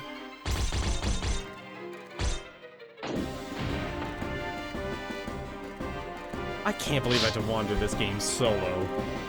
That's just like... That's just salt in the wound there.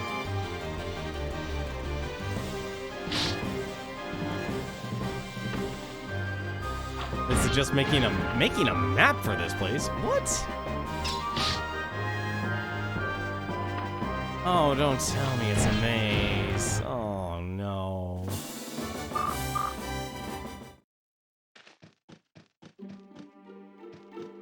Oh, wait a minute. That means there has to be, like, a piece of map or something.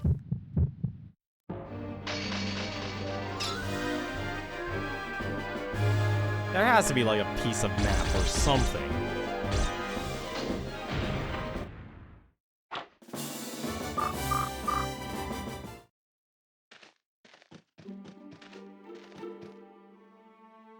I don't think there's a piece of map for this.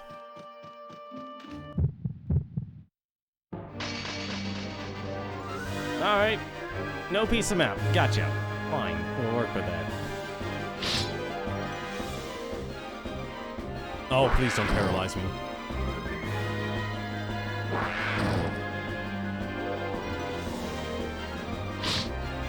I should have brought more healing items.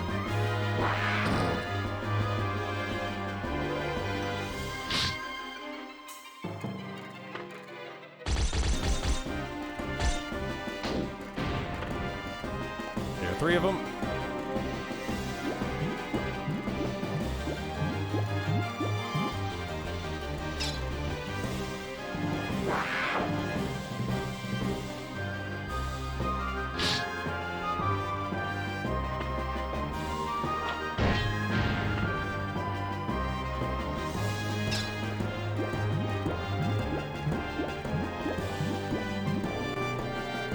He just wants to show off his dance.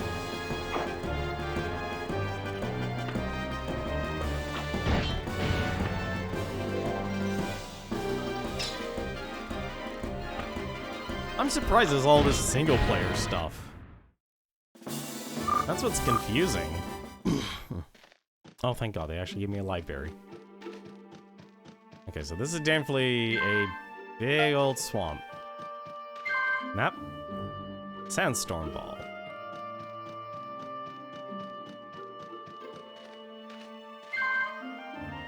A revive potion.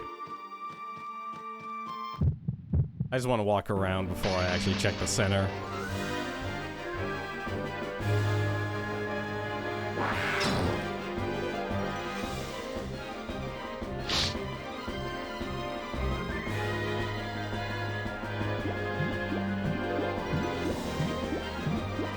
These guys do... Aw, oh, damn it. Come on. Well, hopefully I'll be awake after this.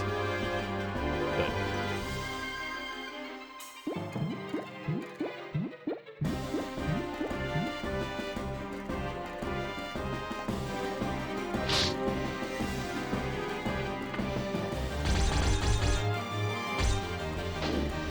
Okay, just do 2 of them. Now for the other 2.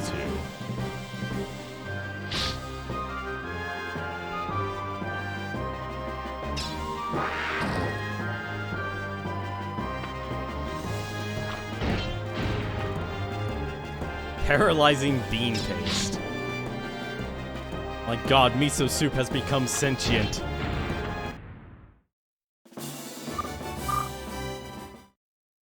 At least it gives me healing items. Nothing was found. Okay.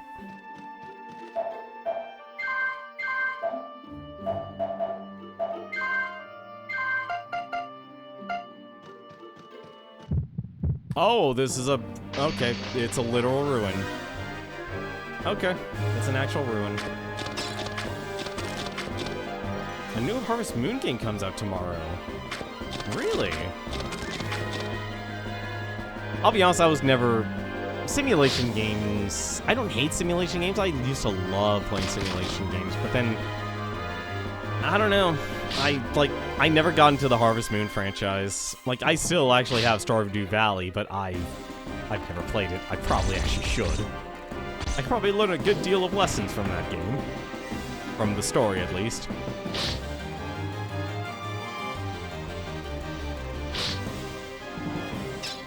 But they just never clicked with me, though, unfortunately.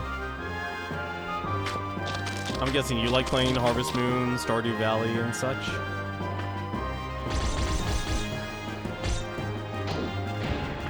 Oh, come on, really?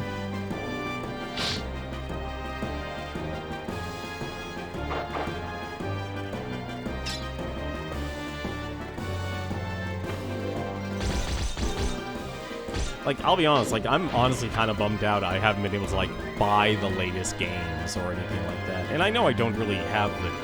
I really shouldn't have the time to play them. I could make the time to play them, but I'm not. Just simply because, like, do I really want to use what money I have to buy those games? Alright. I guess in we go. Into the dungeon.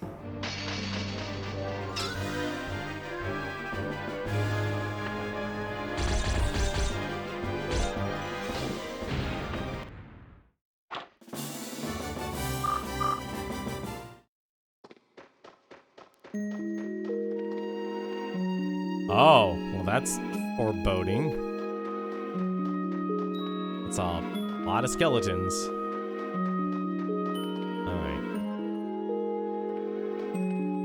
What's this say? Here's a tomb. Mouse has found a switch here. I want to press the switch. Not yet. Or we start messing with switches here. Let's explore this place. I could see why this is annoying. Because this is like you're one person having to take on this entire island by yourself, and this combat system's not exactly... I mean, the combat system works. It's an active time battle system, but at the same time, the way you regenerate your active time battle, I wish it wasn't static. Found about Harvest Moon when you were checking on your pre-order. You mean you actually went to a GameStop?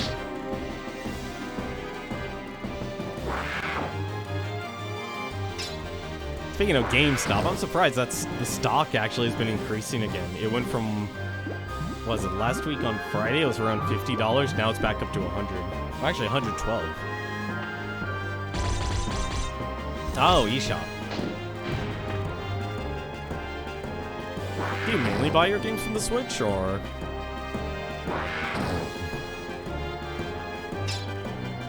Okay, last group. You know, I should have bought. Actually, I should have bought those fog bombs. But I realized, like, at the same time, I know I need as much experience as possible. Oh, this place is huge, isn't it? Yeah, this place is big.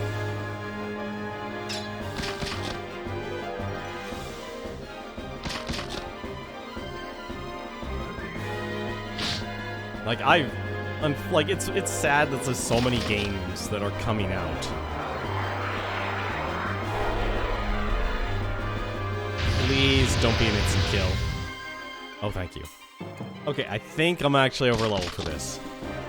I think I'm over level for this. I should be actually fine.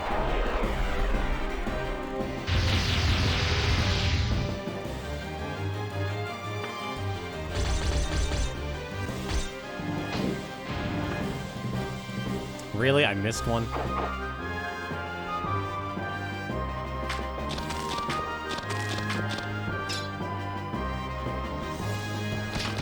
You can cancel your pre-order until a week? Really? Interesting. See, call it influence from John Bain, Total Biscuit, but I've realized that for the most part, pre-ordering's not a good practice, actually, for most people.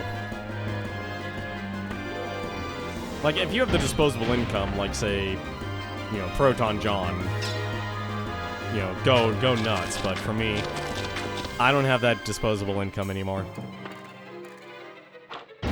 Like, as crazy as it sounds, I wish I would take what money I have and literally actually put it in the stock market.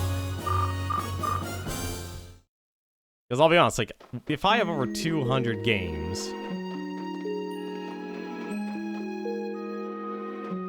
If I have over 200 games, then... I'm kinda spoiled on choice here.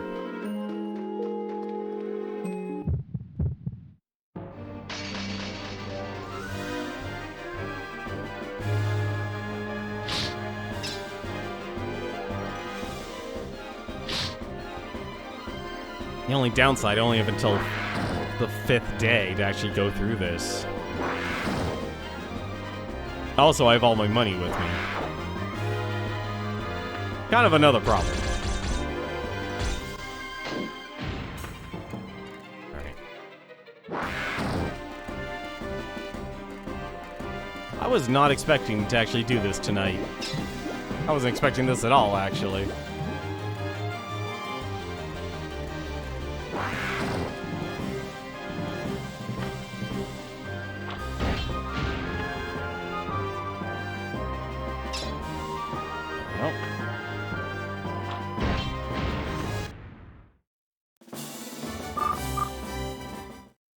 Super Live Berry.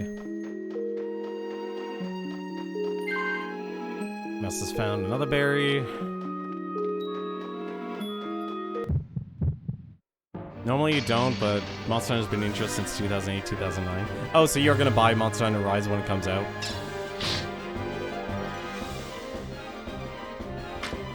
I'm torn on Monster Hunter Rise because I know people that will buy it and play it on day one and such, but at the same time, I now know it's coming out on PC. So it's like,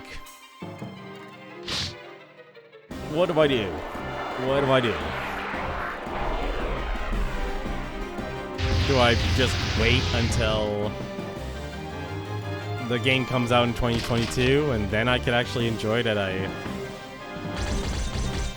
Not so much like, oh yeah, it'll be a better frame rate, no doubt in mind, but still. At least I hope it would be after a year of development, porting from the Switch to the PC. I would be so mad if literally it's literally a port right down to like a locked frame rate of 30 frames per second. That would be so bad. And the only reason I say that is because I know for a fact there have been plenty of games out there that have tied their frame rate to, or the game speed is actually tied to the frame rate. So I could see Capcom, because other companies have done this, make a game where even in today, like, if you make the game play at a higher frame rate, it will literally, turn out, hey, you're gonna end up with,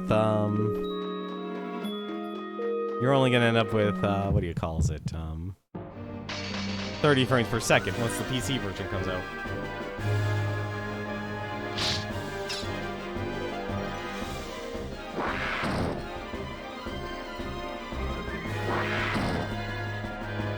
Man, I'm glad I leveled up Charging Strike, at least.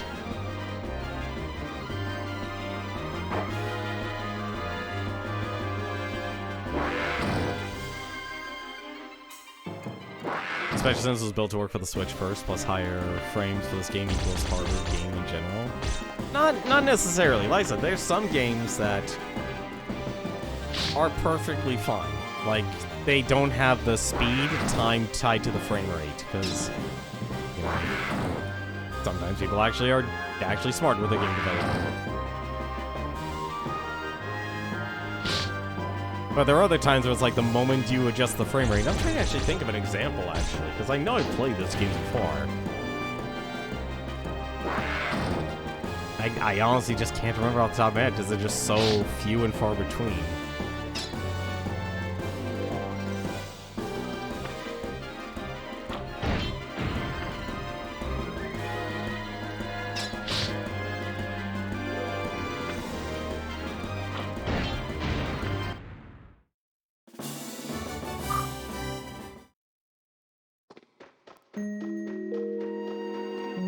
God, this place is nothing but treasure. A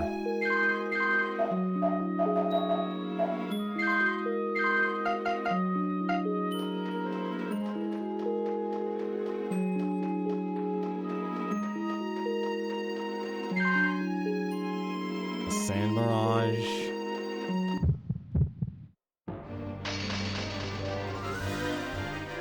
Man, you were not kidding about this place.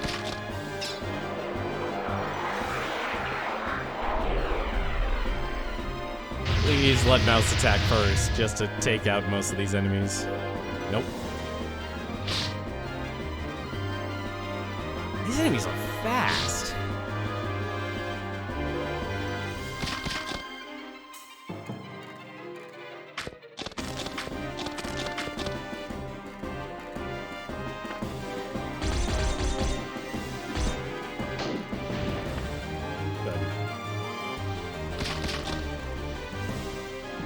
See, I figure it links my mind to this game and its real-time combat system. It's like, it's what, 2 action points per enemy is your equalizer. So if you kill a group of 4 enemies and you Charging Strike takes 5, you're basically killing an enemy for free faster. Assuming you can kill things in one hit.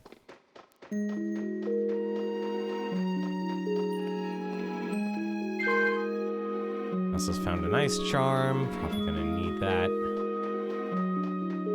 What is with this maze?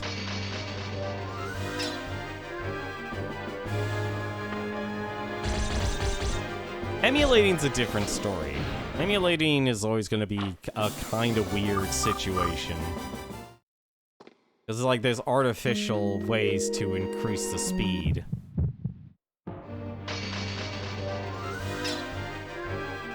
But that would be pretty funny. You basically make the monster so fast you can't actually attack.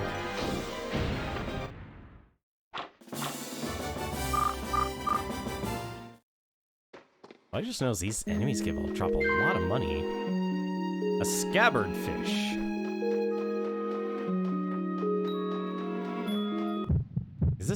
Was this a, no, I guess this must have been a dead end then. God, I cannot imagine watching what the older Monster Hunter games look like. I remember watching, was it K-Head? He used to actually, he was like playing Monster Hunter games from the very beginning. Aha! What's this? This is a tomb. Mouse has found a switch here. You know, I'm actually gonna press the switch. And there's a lot of vibration. Let's go to the other side and let's press the other switch. I'm actually trying, like, who were the first monsters in Monster Hunter World? Since we're stuck in this undersea adventure, I shall also turn on the clock here. I'm actually surprised I've been navigating this place actually pretty well.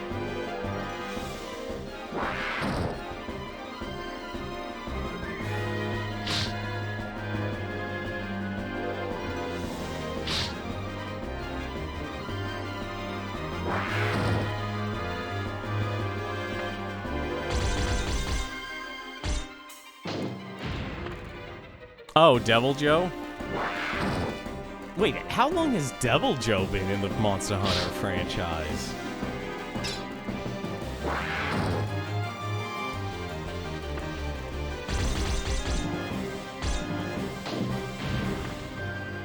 Since Monster Hunter tried. Okay, so for the Nintendo Wii.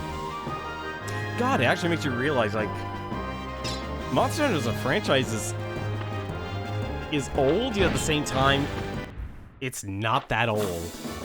Like, the more I think about it. Because actually, like, how many games has there actually been? Oh, please don't say I'm lost. Wait, did I get all these chests? Call me crazy here. I need to just keep the map at nautical north here. That's what I need to do.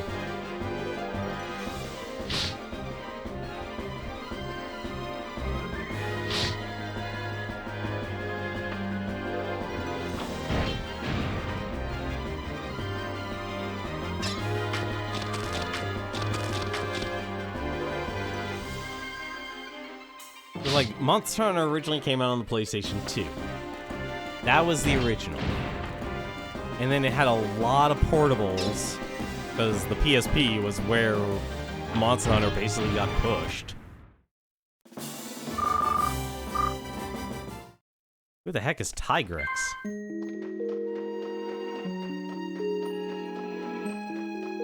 I've never heard of Tigrex. See, I'm only familiar with Monster Hunter World monsters, so we're talking, oh god, Puke, obviously Devil Joe, Rathalos, Rathian, Banbaro. I love, what is it, NCH's videos on that. That's just adorable. It's Banbaro time! Just parodying the Hamtaro theme song. That was so good. There's another artist. I'm fairly confident it was NCH. He really... Oh god, this is... Oh god, this is a mess of an area.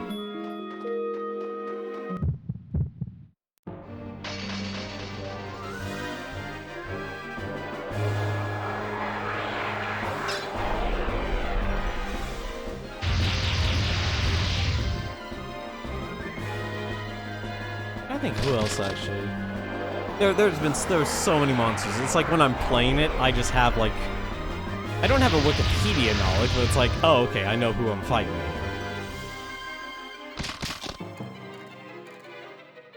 It was added in Iceborne along with Nargikuna? Yeah, so I haven't actually, so as far as I've gotten in Iceborne, I've only just ran into Banbaro. And I've known about Banbaro because of NCH productions on YouTube. He makes a lot of great, funny comedy shorts. I think it's NCH Productions. Fairly certain.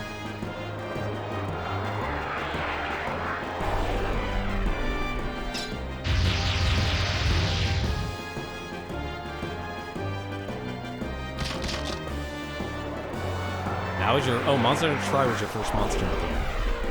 So I guess it would be... Let me guess. Let me see. Let me think about this. So Monster Hunter on PS2, then a Monster Hunter game on PSP, then the Monster Hunter game Tri on the Wii. Then it got a re-release on the Wii U. Then you had Monster Hunter World and Generations, I guess. Because Generations was just like a collection using the old engine.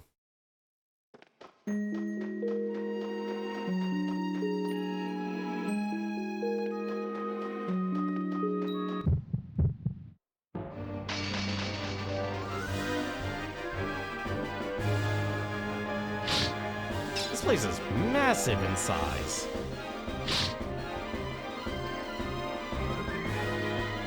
I just realized how big this entire palace is just simply because of,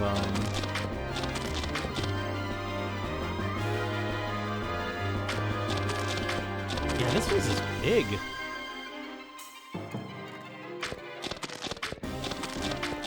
It's essentially an expansion to Freedom 2. Oh, right, okay, so there were more games, and there's Monster Hunter Freedom. Oh, come on, really? I missed one?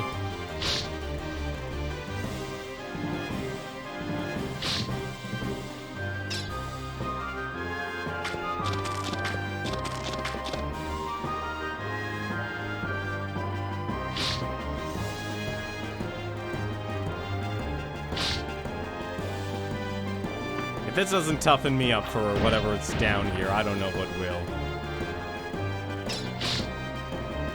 I was not expecting to do this tonight.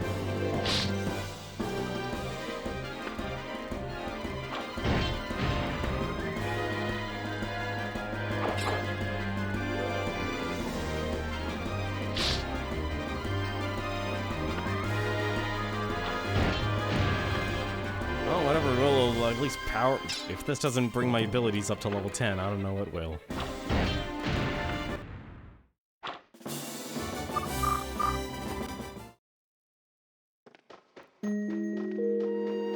Oh? Elsa's found a darkness charm.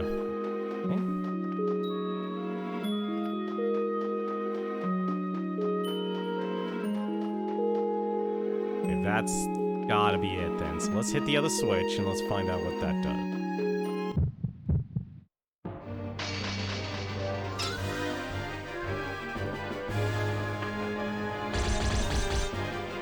Gygax is an orange and blue wyvern that is relentless at charging you and tends to break its own ribs, roaring when enraged. That sounds painful. I'm only getting 5 experience per thing. Switch.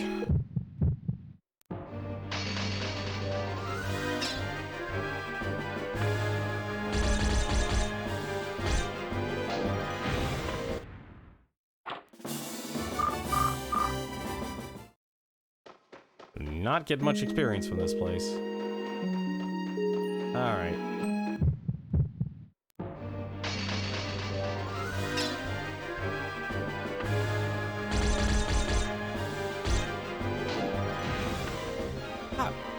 I can't believe I missed 3 of them.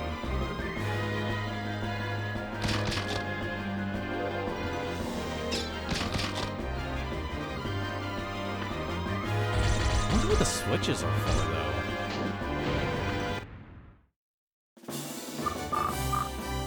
I mean, I would assume it's towards progression. Alright. Ha! Bottle. Alright.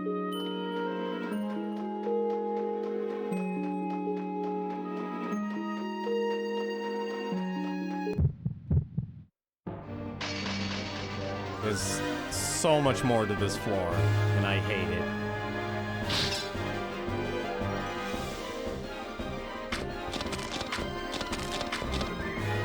I'm torn, honestly, between using Charging Strike and using just 2 slash attacks to kill a group of 2 enemies in this game.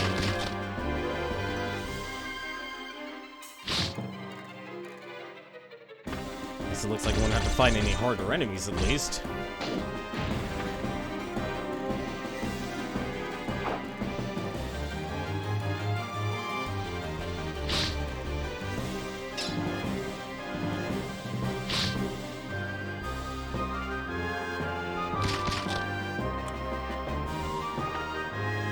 trying to remember, what weapon did you like to use again the most?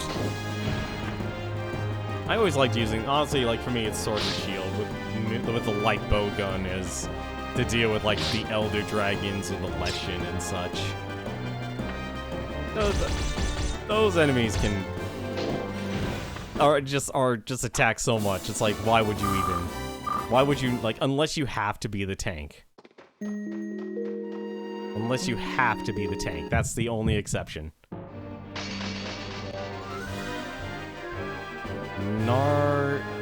Nargikuga is a sleek black wyvern.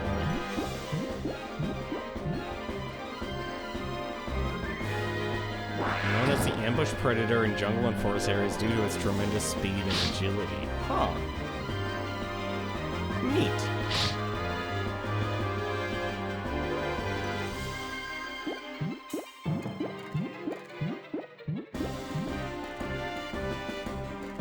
See, it's weird. Like, I bought Iceborne. I know my backloggery says recently I bought Iceborne, but I've had that for maybe like a year, maybe.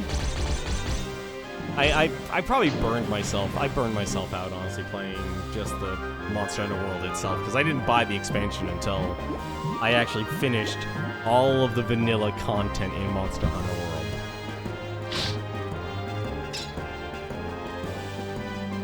And that includes, like, the Behemoth and such in Final Fantasy. And the Witcher content, too. I think I still have to actually do one more, not the Witcher one, but the raid one. I really hated the raid ones. Like, that is... And this is why I actually don't normally play a lot of multiplayer games, because I don't actually have a group of people to actually play those games. So it's like...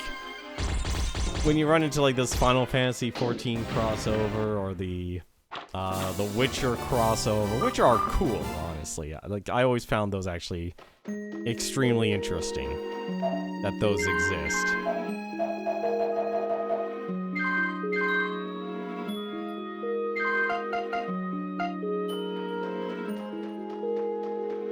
I just want to see if I can explore the rest of this floor, and I can. Cool. It was Hammer and Unite, Switch Axe and Try, Charge Blade and World, and debating the Hunting Horn. Why the Hunting Horn? Do you have? I'm guessing you have a friend. You're gonna play that game with them.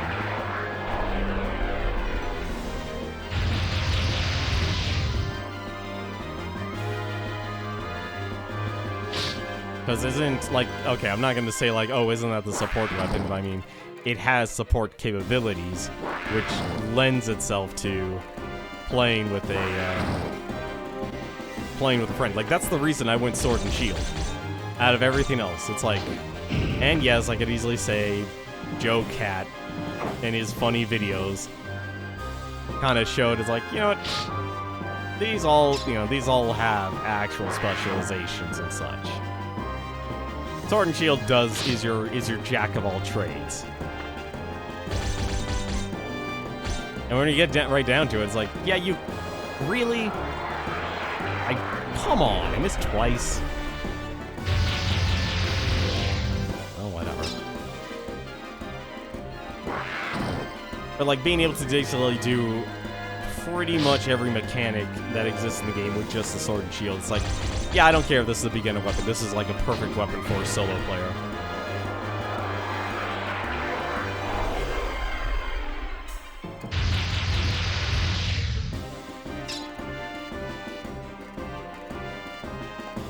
Hunting Horn is a lot more fun in Rise, and while it can still be a support weapon, it seems more offensive. Oh, okay, that's cool.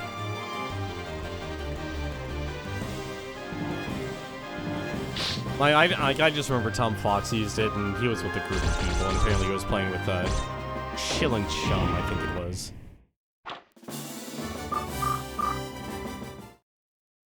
At least I'm gaining health items as I go through this place. What the heck?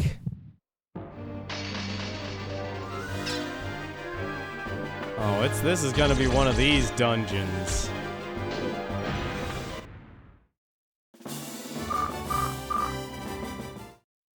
Oh, this is really evil.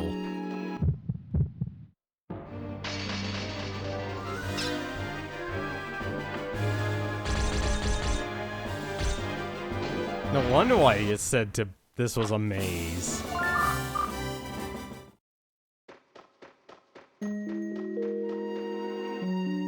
Oh, there are so many ways down.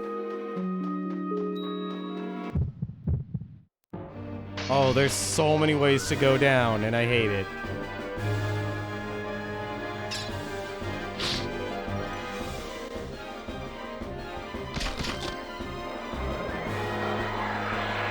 Oh yeah, there was Insect Glaive. A lot of people apparently like that one.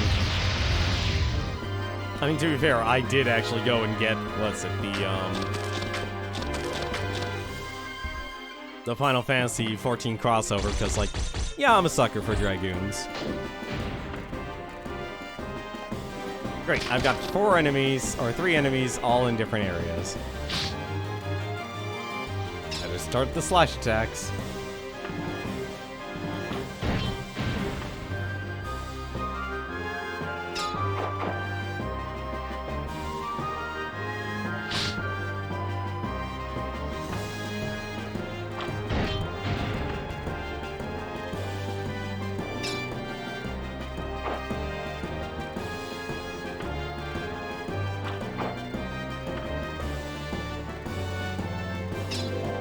Oh god, I could not imagine myself, like, being forced to grab a different weapon and play Monster Hunter World. Well, actually, no, I was able to use the Charge Blade. Part of that game is just basically making sure you have, not the right weapons, but you leveled up the weapons. Death Hyoko Egg.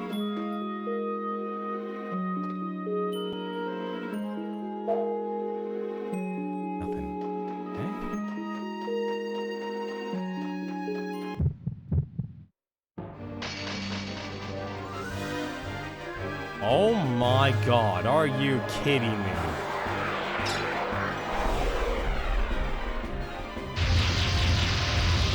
There's so many enemies.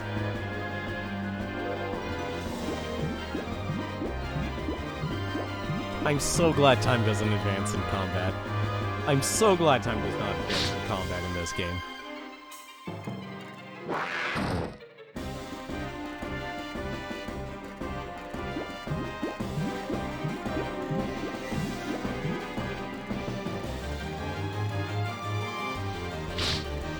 This is really actually ringing home towards Skies of Arcadia. Like, you could kill enemies in Skies of Arcadia really quickly. But the encounter rate is so high. It's honestly ridiculous.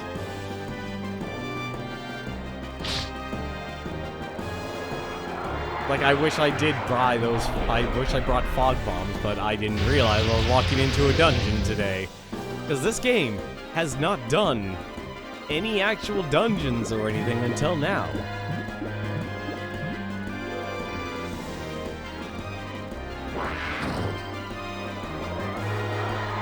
Also, I love the fact I haven't actually been able to attack yet.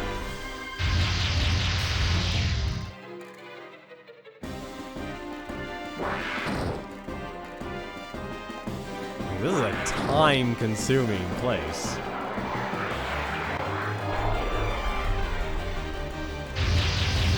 Please attack, Mouse. You have not attacked for, like, everyone has been able to go attack twice.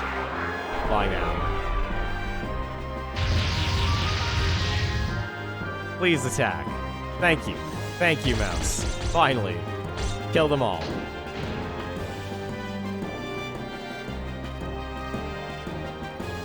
Did the enemy just... The enemy literally just ran. The enemy actually can escape from battle. I never knew that about that. Alright. I also found a switch in the treasure box. You know what? Because I'm here, I'm gonna hit it. Because I'm here, I'm going to hit it.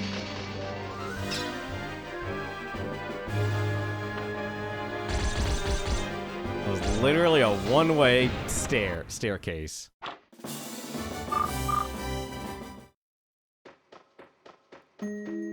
Alright. That... There's got to be a point where I can just fast enough where I always get center battles, but I know that's not the answer.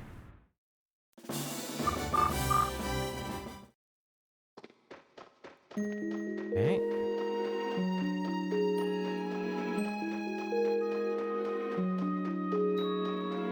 Go down here. Let's see what's in this area. Didn't say it was hard, just annoying. Yeah, I can see that. I can see this just being hard. Or, like, annoying, not hard, honestly.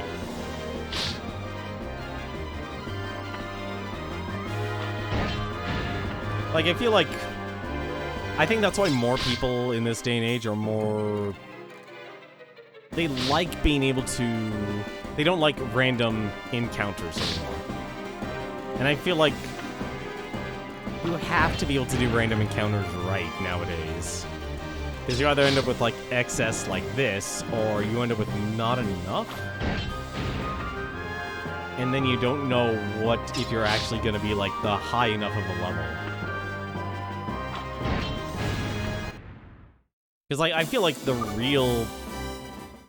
Like, you can point to a really good RPG and say, like, if you're smart, you're gonna be fine. Okay. That's switch.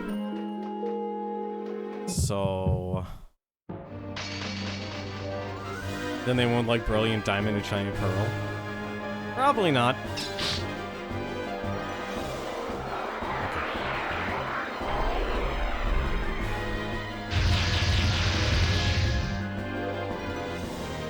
Why is the encounter like Pokemon is an interesting one. Pokemon is as fundamental as you can get with RPGs. It also kind of reminds me more of like Dragon Warrior. Obviously a lot easier because it's a difficulty RPG meant for the audience is meant for children. So there's an innate focus towards making it easy. Like, it's not a patronizing easy, it's just more of, hey, don't expect anything super convoluted or super in-depth. Kind of easy. But you don't have to overthink anything. It's like, alright. Like, I still remember my time playing Pokemon Blue. And that was actually, I had a really good time actually playing that game. And I think, like, I was a little older than intended, so to me, the game was actually pretty easy. Heck, I even discovered Missing Number by accident.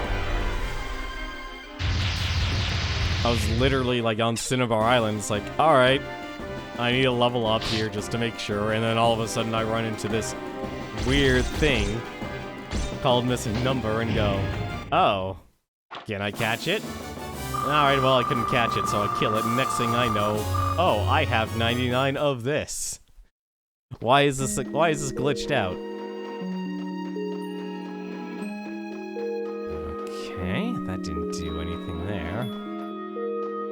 Let's go down here. The heck? Oh, we are going deep. Oh, that's not good.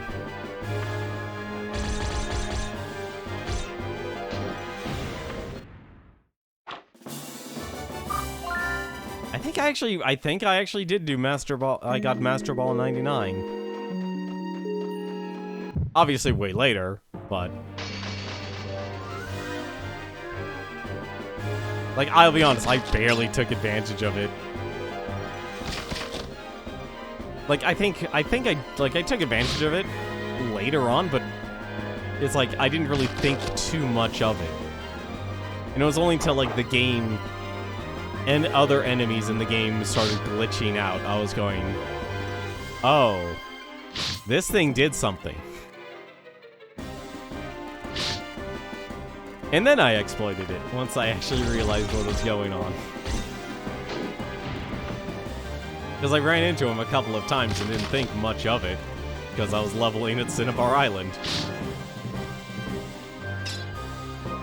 But no, my time with, Pokemon Blue was like, that was perfect for me. It was like, to me, it was easy. It was casual, yet at the same time was able to fill that itch of being able to go on an adventure, even if I was quite literally a child. Because the characters were younger than me. It was like, oh, okay, characters are definitely younger than me.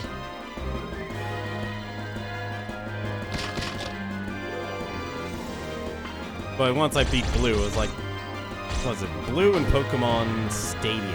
Those were the two. And then pretty much after that, it's like, I still like Pokemon, and I still do.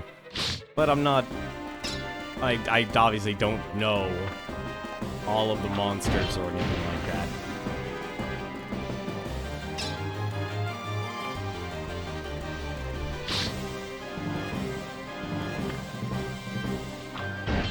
Like now, it's like I look at it and go like, oh man. This is getting a little out of control here for me. A little long in the tooth. Alright. There's that switch.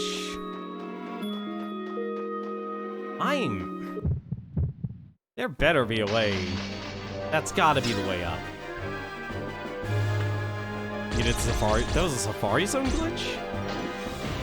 I never heard of Safari Zone glitch.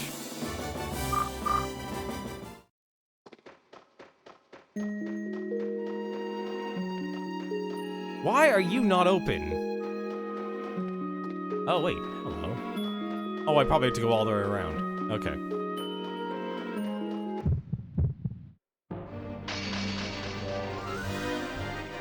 I'm really hoping I don't have to hit those switches in a specific order.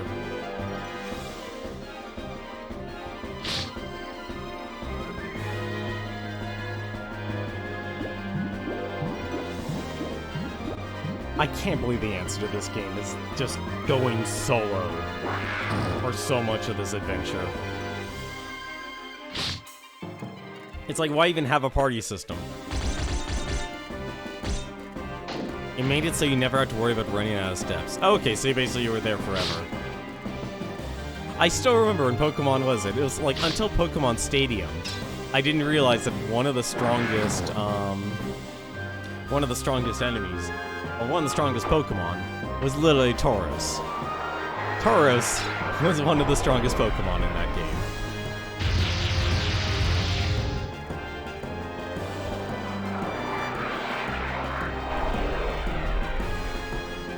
Because it could literally just cast every spell.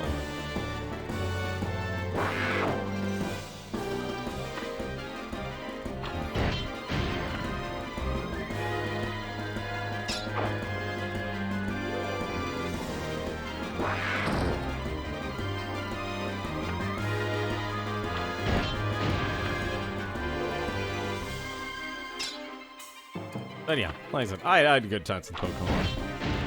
I'm happy where they are and where they stopped.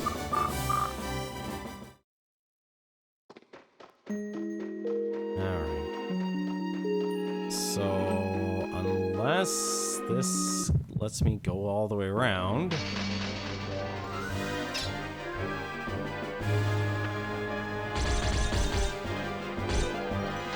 Hopefully this will let me, I guess, go up.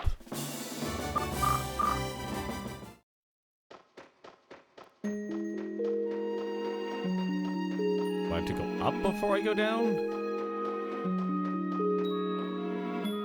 That... Uh-oh. Tenmar tentacles.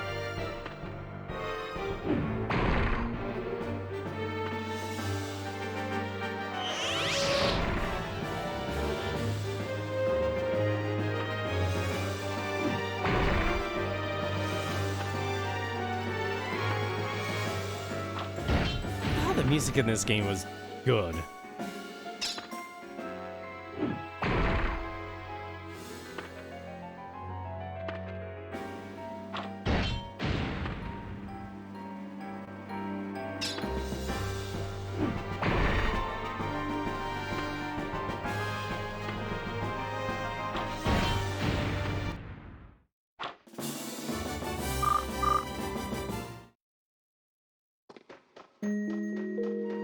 Oh, I should have actually... I gotta check my 6 every time. You never know when there's a treasure chest somewhere.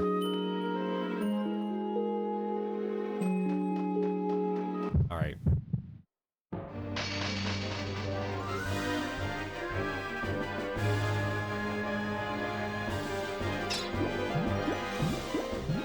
Wobbuffet seems like the strongest in Stadium 2. I think the strongest in the Stadium game, at least Stadium 1, I think it was what? It was Gengar. Like, I watched Liam 6 from time to time, and he speed runs Pokemon Stadium. Like, as of late, he pretty much does a lot of Ocarina time randomizers, but I'm trying to remember. I think it was Gengar was one of the strongest. Like, we're talking about, like, the licensed ones. You bring in your own Pokemon, it's fair game. I think it was, like, I don't know who else was, like, the super powerful one. Like, if you brought in your own Tauros, Tauros just kicked everyone's butts. Because let's be honest, who used a fighting type? Who used a fighting type when Psychic was so powerful?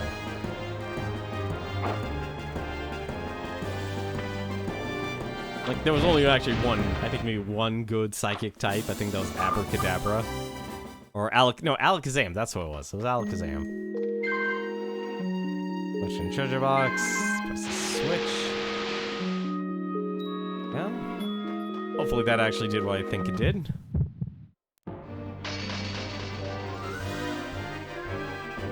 That is a lot of enemies. You don't have the money for the Game Boy? Wait, the game... How expensive is the game... Oh, no, wait. The Game Boy Adapter for the N64? How expensive is that now?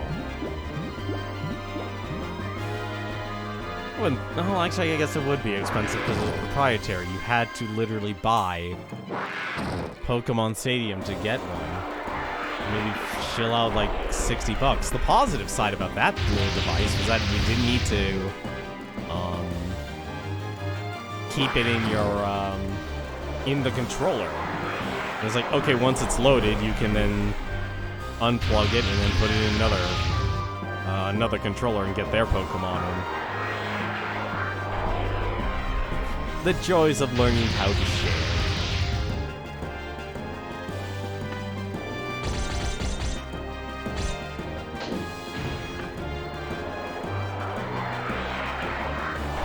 It's gotta be. No, I guess they. Well, no, it's hardware, so I guess they are expensive. Because I could easily see a lot of kids breaking those things.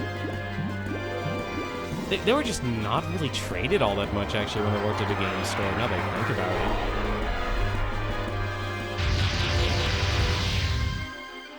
it. Like, nobody ever brought in, like, their hardware, unless they were doing a full console sell.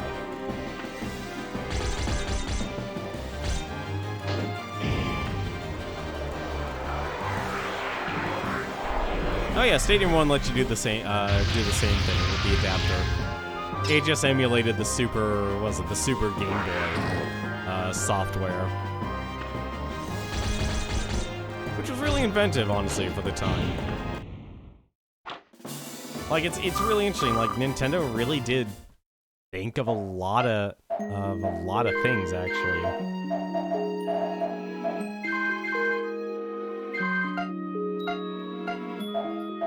Let's see, I just want to see something real quick.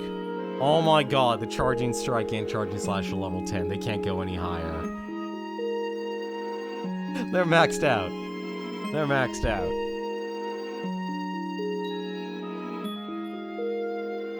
Well, I'm still going to keep using them, because one's my fastest attack and one's my AoE attack. Alright, so we were going back down. Let's hope. This is all I need to do. And I can actually move forward. This actually, honestly, navigating this place isn't so bad. It's just the encounter rate. The game does do a successful job of making the island actually a lot bigger than it actually is, but I feel like that's just the design of the layout. Like, you could make...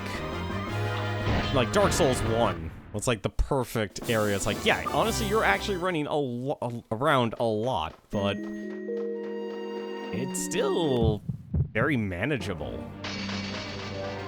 Like, of where you actually are gonna go.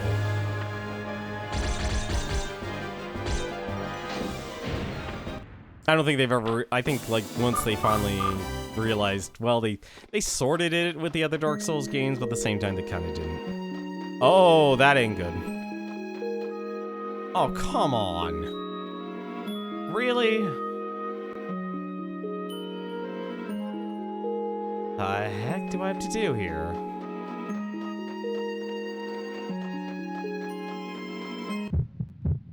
Oh, don't tell me I have to...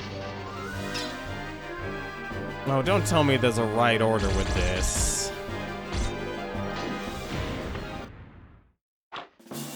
Oh, don't tell me there's actually a right order for this whole thing.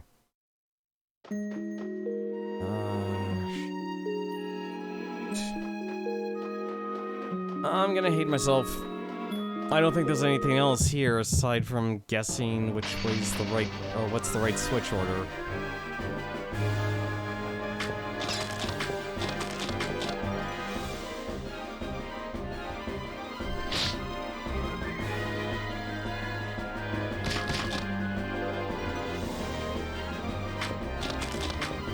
You know the lag of the poison swamp? I'm guessing you're talking about Pokemon there. I think it was gold silver afterwards.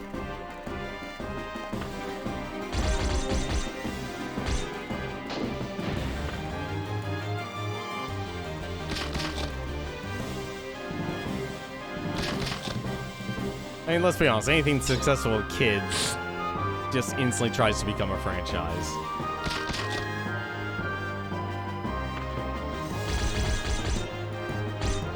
Oh, Dark Souls 1. Oh, Blighttown.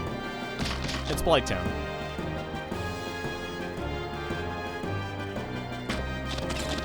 I'll never forget you, Blighttown.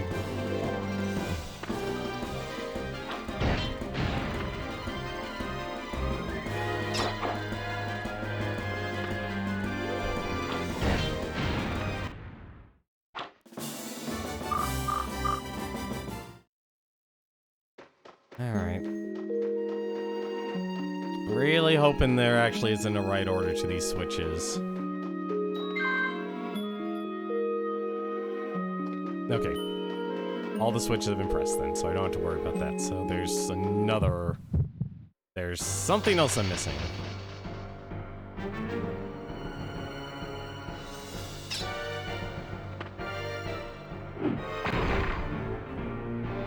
What else am I missing?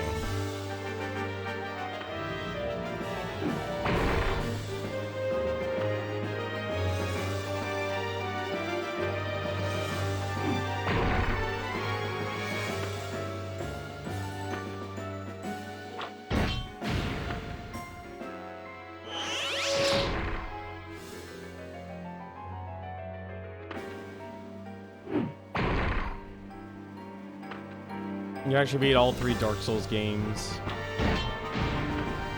Oh yeah, no, I love playing the Dark Souls games. They were actually fun. I think I didn't like 2 because, oddly enough, that's become like the new favorite is Dark Souls 2. But mechanically, I think a lot of people like the 3-stat system better because it was, yeah, it was easier. It was easier to manage than having to worry about adaptability or finding out that you roll and then you still get hit. That's still like a big... That's still really contentious.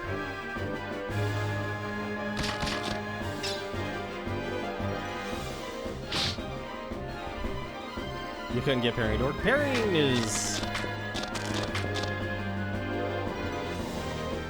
It depends which game version you played, but it wasn't frame perfect. That's actually the beauty of it. If you used, was it a medium shield, parrying was difficult. If you used a small shield, parrying was actually easy. They actually made it so the risk reward, and not to mention there were a lot of attacks in that franchise that was like you couldn't even parry it. So you kind of were doing literally a hit and miss half of the time. It's like, alright, well, did I pull off the parry, or can I even parry this? That's actually the bigger question.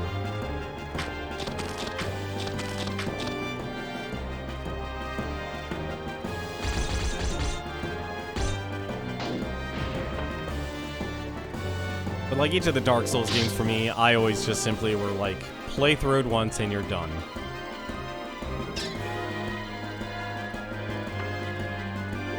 Because multiple playthroughs, those games were actually pretty long with multiple playthroughs. I know even if you know like how the enemies attacks and stuff, yeah, it does get shorter, but it doesn't get short enough. I feel like that's the real big thing about the later. Oh crap! Where the? About the going through the Dark Souls games. The encounter rate for this game is too damn high. I'm tired of fighting this miso. The miso. So angry at me. I could never parry the final boss. I was never able to do that.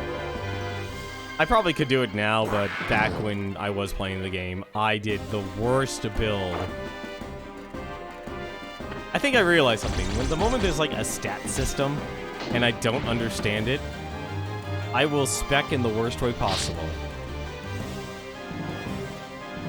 And I feel like part of it is, like, I always felt that, because I played, was it Demon Souls?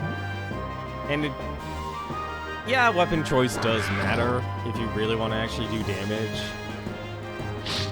But I was having too much fun playing a Wanderer and just using a shield and falchion when, let's be honest, in the Dark Souls games, just find yourself the biggest two-hander you could use and just use that. Just do that. You made the game so much easier for yourself. Because I remember Juker literally, like, absolutely annihilating the Dark Souls games when he played through it. And all he really did was like, oh, just find yourself the biggest two-hander. Alright, just use that.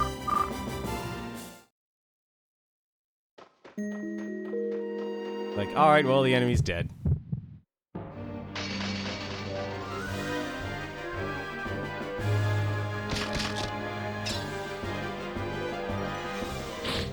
You wouldn't have all the spells. Oh god, that sounds horrible. Okay, maybe I didn't do it that messed up. It was close though. I didn't touch Wind, Int or Faith or anything like that, but I literally built another Wanderer in Dark Souls 1, and I was so focused on, like, strength, I think. Because, like, it technically gave you damage. Just obviously not enough, actually, once I realized my mistake. So I was like, well, crap, I don't have any health, I can't take a hit. If I use, was it Havel's Ring, then I could actually carry Havel's gear. And that's pretty much how I actually beat the enemy. Come on. What's that?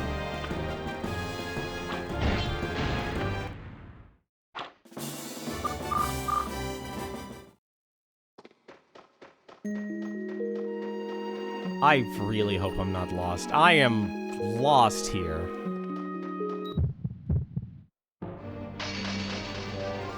I'm lost. This is horrible. I could have sworn there was a way back up.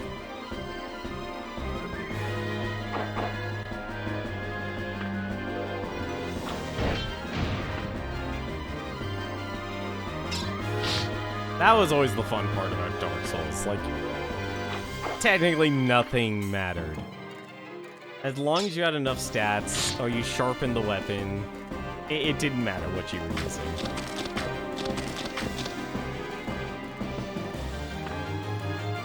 Because all you're really doing at that point, you're either just making... You're lengthening the game, or lengthening the boss battles. Because technically you don't really need to fight anything aside from bosses. I swear to God, if this is actually another chest, it is. Shoot. I am lost. Great. Wonderful. How's that? Really? Come on, game. Don't do that to me.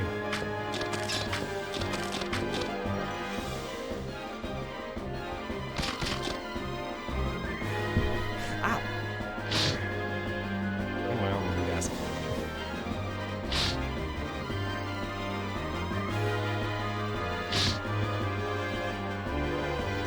I remember, like, once I beat, was it?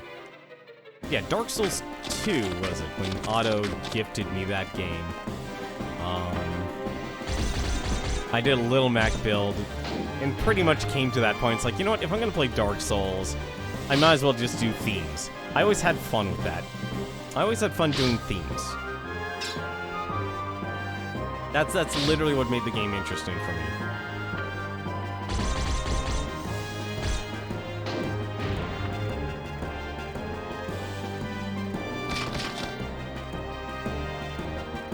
So, like, in, like, Dark Souls 1, I'm gonna cast that as a mulligan, because I wasn't, but Dark Souls 2, it was a Little Mac. Dark Souls 3, I did a Dragoon. I tried, when I was playing with, Exfo and, Big Bad Wolf, and it didn't stick, because playing that game with 2 people doesn't work. Because having to constantly beat boss after boss after boss, you had to beat a boss 3 times to get progress. That was the problem with that game. So it's like, I don't know what they were thinking, allowing another person in. I think they wanted to make, like, the PvP part more interesting, but at the same time, I don't think it worked. Because, like, 2 people, it's like, alright, cool, we're just piggybacking off of each other. And that's, you know, that's fine. You can go through them quick enough with 2 people. It's when you have to go through the boss 3 times. That's too many.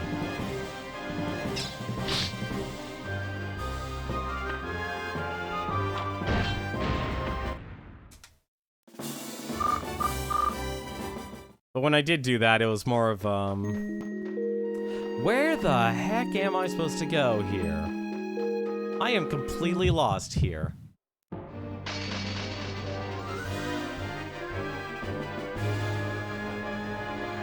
I am honestly and truly lost here.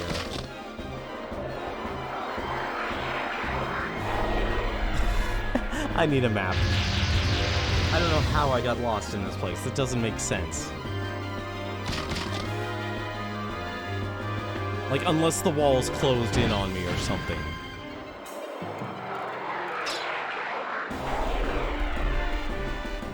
Oh, I missed a staircase down that I'm supposed to go back down to. But I feel like the answer is actually going back up.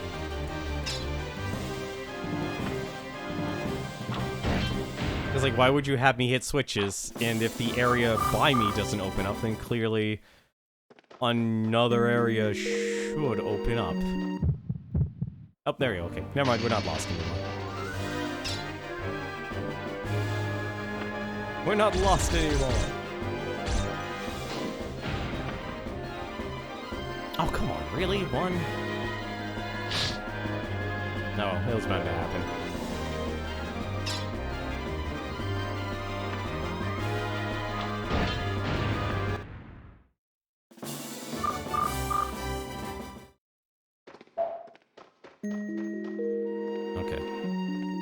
Hopefully, actually be something.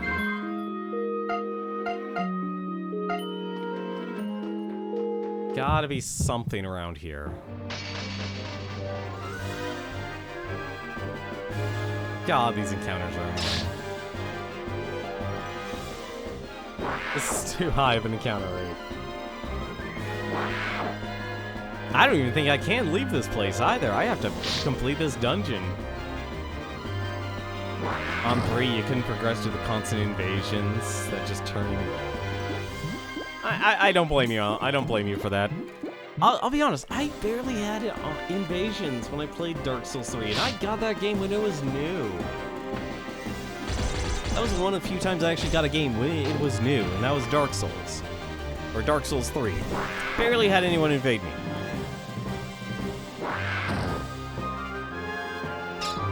I don't know whether to be sad or happy about that, honestly.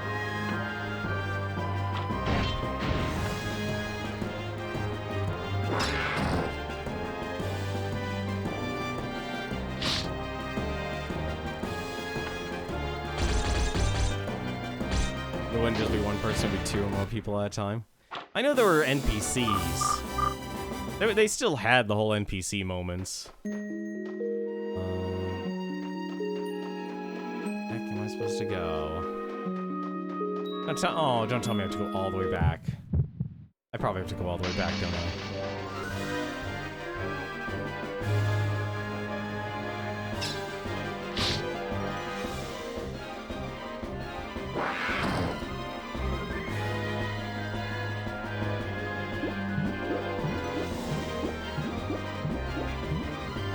Like, I barely got invaded, so I can barely remember if there was actually anything worthwhile.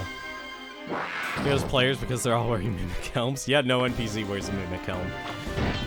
No NPC wears a Mimic Helm in that game, thankfully.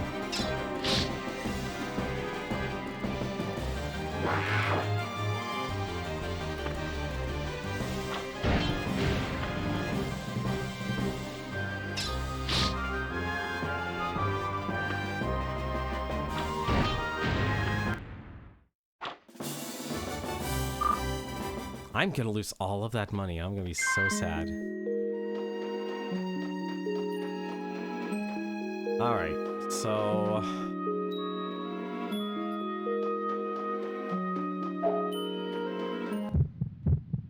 I guess I have to go... I'm probably gonna have to go all the way back to the beginning. That's probably it.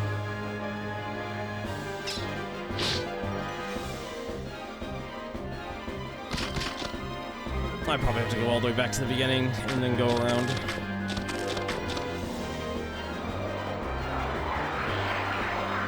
Oh god, what if I have to...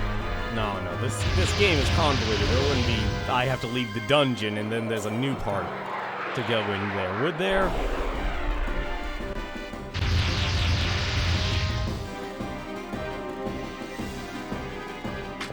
It could be that way.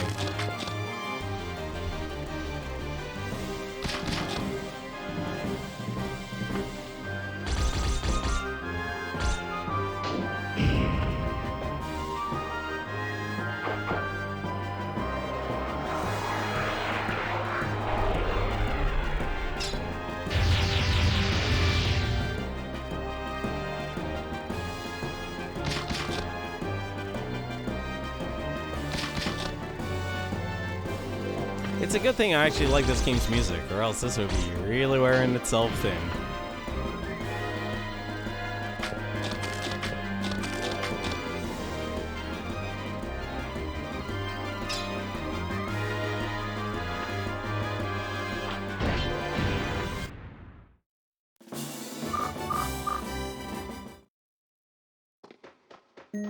Alright. That's that.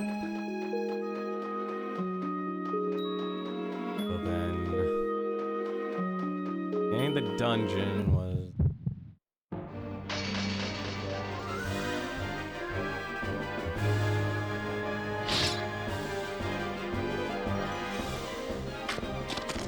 You lucked out as there were people who just griefed new players.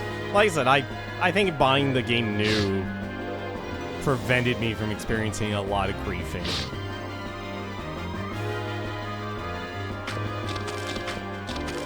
Like, because when you bought the game new, I think so many people were just focused on beating the game. Because I'll be honest, like, one of the parts I actually wasn't a huge fan of in the game was...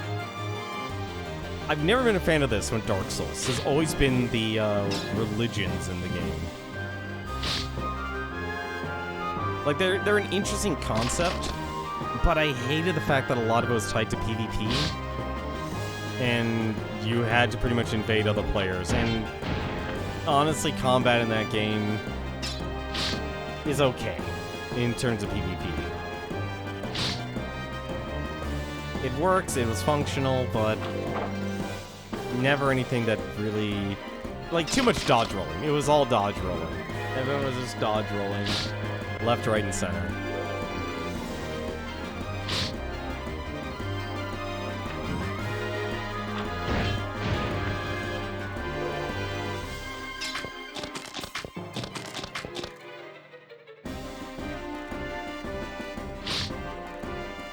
If only I was allowed to actually have a party.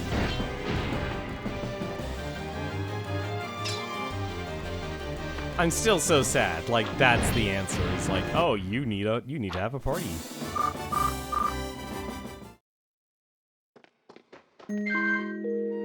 Now says found a pair of castanets. Lure opponents with a sound. Use it a second time. Why would I want more encounters?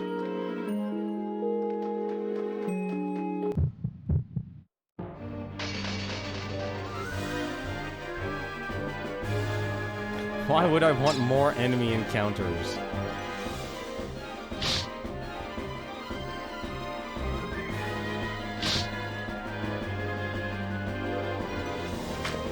Yeah, I definitely understand why this game even got low reviews in combat. It's just so low.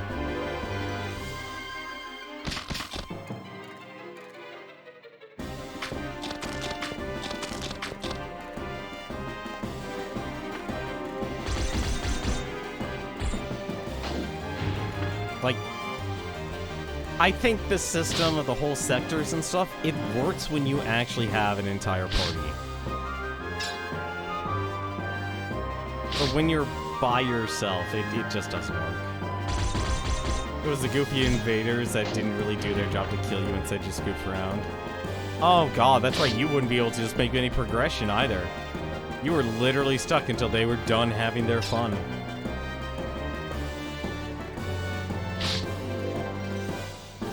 Or you killed yourself, one of the two. Yeah, no, I definitely, I'll acknowledge that I definitely lucked out. This has found a Death Hyoko egg. Okay, so those switches definitely open this place up. Definitely open this place up. A little too much, honestly.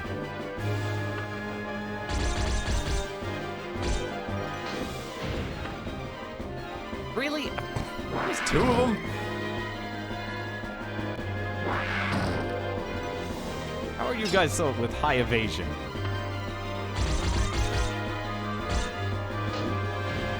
There. Like, you're only giving me like 5 experience. Okay, 10 experience. You're worth double the amount.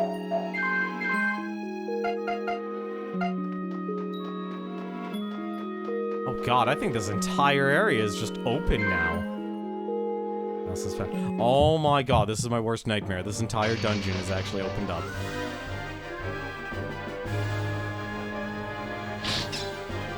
No wonder why you needed a map. They just took down all the walls.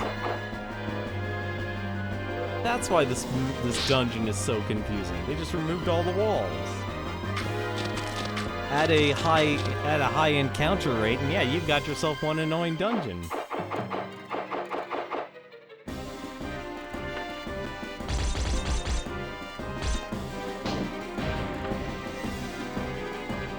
I think the one thing I did like about the whole invasion system, you had the ones that were basically like, flip a coin, either they need to help you or harm you.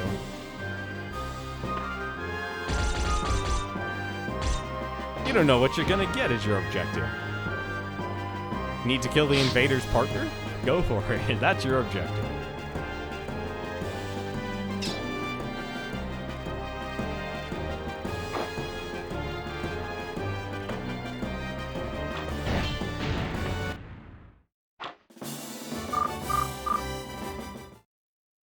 Okay. So... this is a problem.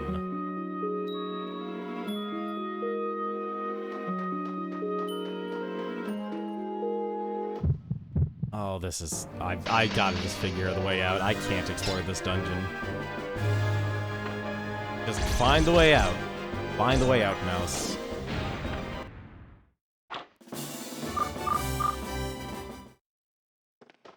Don't, let's not worry about Kyoko eggs. Dear God Almighty, they opened up this entire thing. I hate it.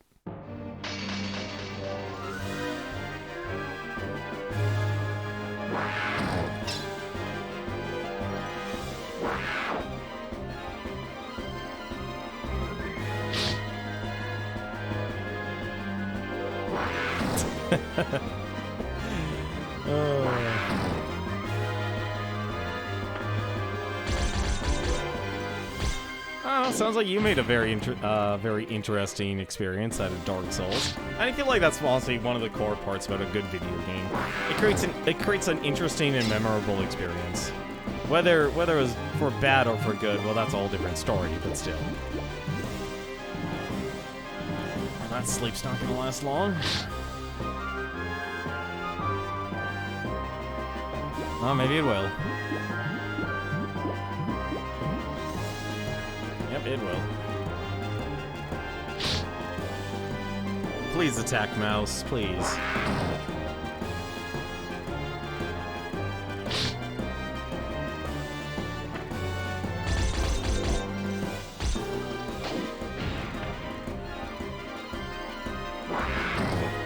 That sounds about right.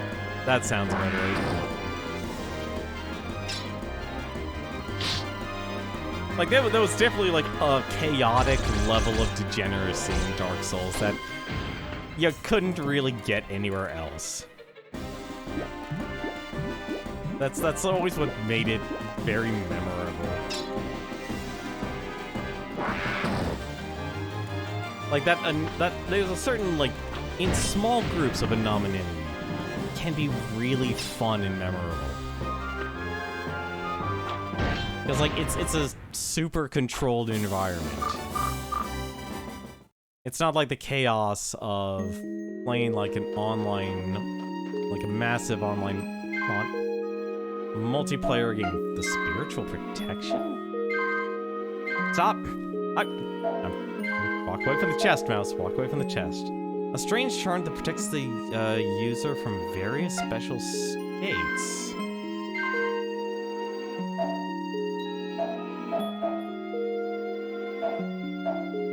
Well, he doesn't really attack with oh, wait, no, that's right, Actually, that's a good question. You know, I'm actually okay with him losing defense. Hopefully that'll actually prevent me from actually falling asleep.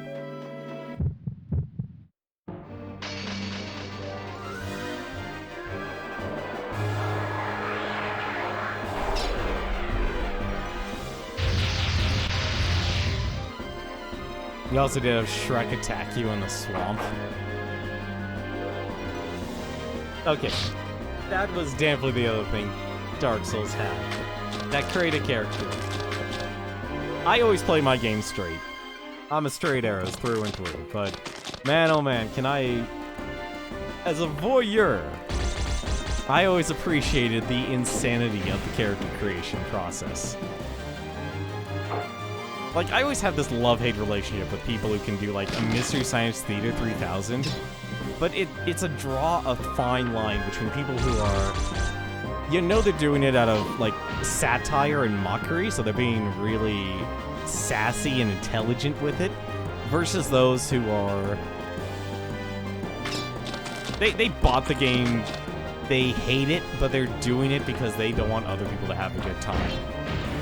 And it's like, it just makes everyone just look bad. It's that sort of level. Wanna press the switch? Let's press that switch. Come on, we gotta get out of here. I gotta get out of this place.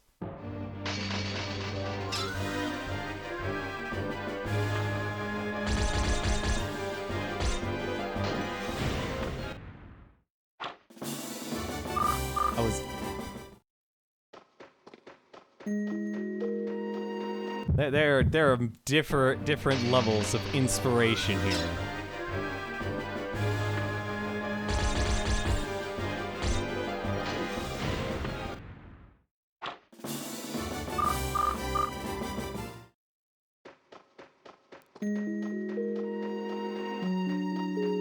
This is too much inspiration.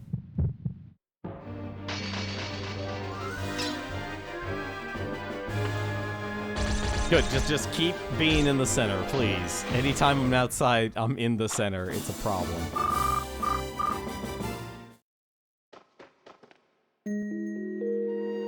No switch. Please press the switch. Alright. What? Mouse and company have all recovered. See? There's a save point in this dungeon. I can't believe there's a save...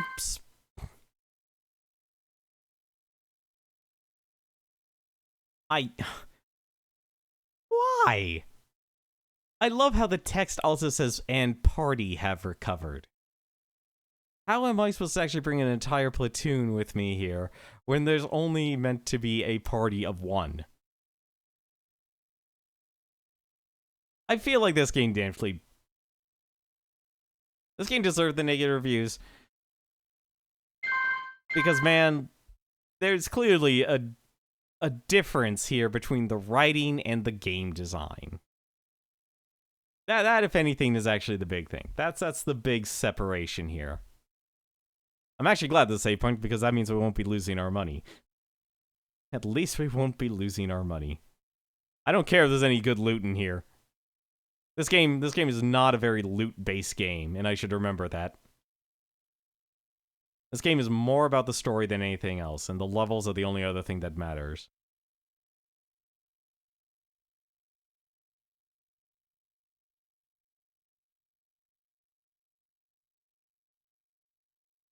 Come on. I know this is a 128 megabyte PlayStation 2 card that I have in here, but come on. I really actually hope that's not the reason why these load times take forever. Ah, oh, damn it, no. Oh, well, at least there's one with a 3. We're good.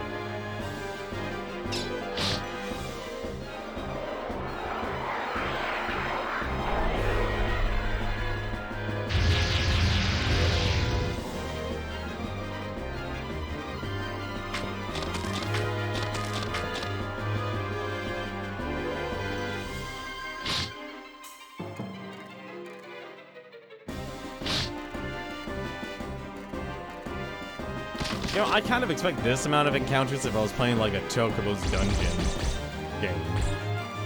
Or is your dreams? But at least you'd actually be able to see them on the map.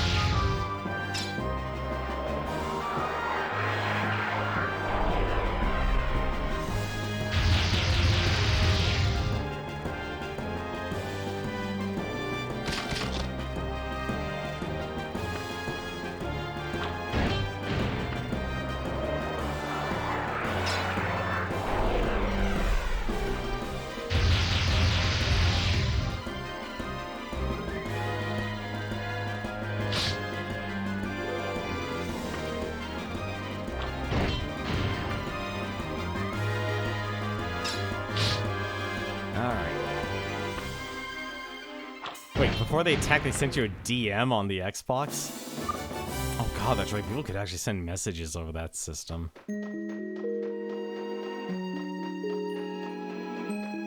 I'm really hoping there's nothing else.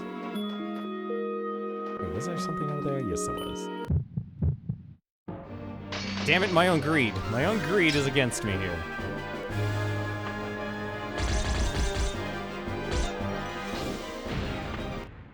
Alright.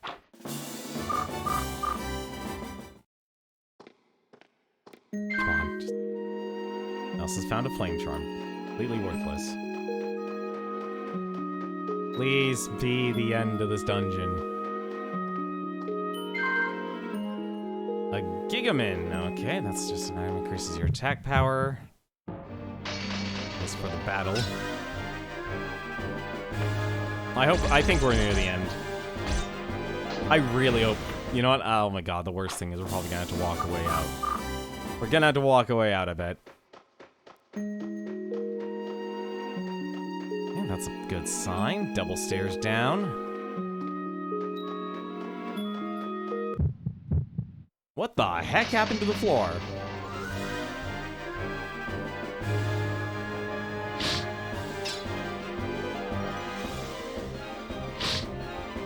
Yeah, see, that's why I love doing themes. Like, themes in those games were fun.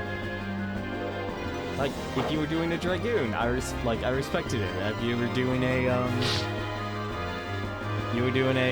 like a character, that was always also fun. You know, like I said, I really wish, honestly, they did actually balance all the weapons. And not in the sense of, like...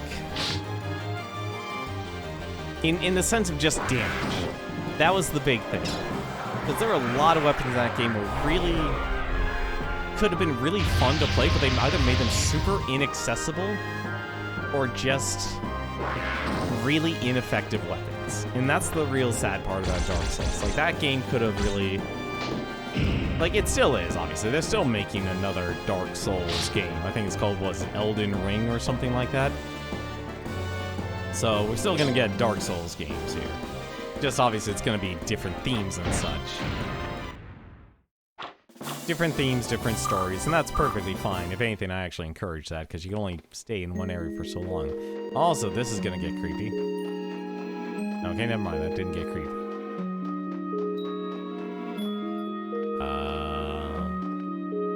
Aha! I think we found our way up. We gotta go way up, then we go down, then we go up again.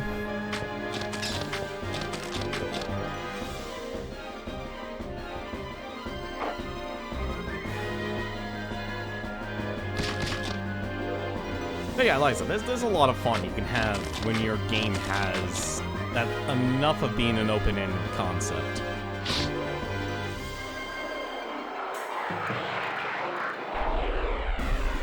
And there's only like a certain level of how serious do you actually want the game to be.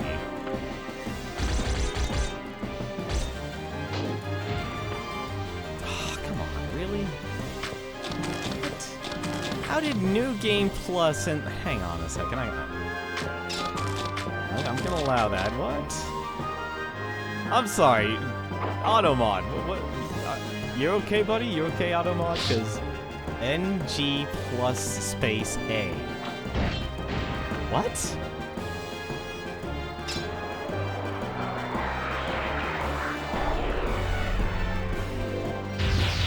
Automod, are you gonna actually then simply ask me the question, is LGB2 plus a sandwich?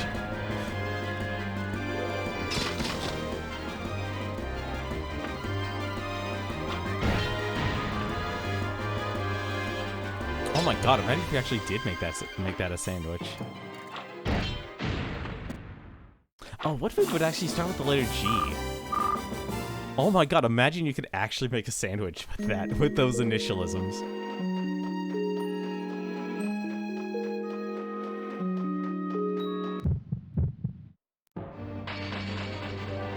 It would be like the BLT. Except with different condiments. Ah, oh, this one, darn. I wouldn't worry about it. So whenever I allow something, and this is how AutoMod works, the way AutoMod works, it's a collective. It's a collective, but also it's a whitelist. So, not only it has a whitelist for you, the individual user, or the individual streamer, I should say, but it also has but it also bases its decisions based on the feedback. So chances are someone, whether inadvertently or not, probably had someone get, they either banned their message or they blocked their message. That AutoMod thought, hey, collectively that combination there probably means something that we should just block, website-wide. That's all that means. So now NG plus space A is on my whitelist. So, that's a thing. Like I said, I find it interesting, at least from a business perspective, how things are run and managed.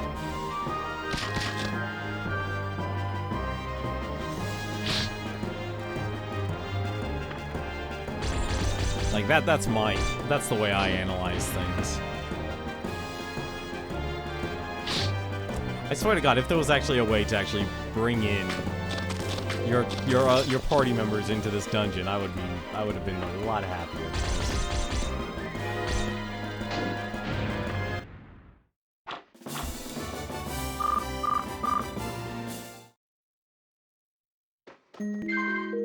And a Rependia? Oh, okay, that's the combat one.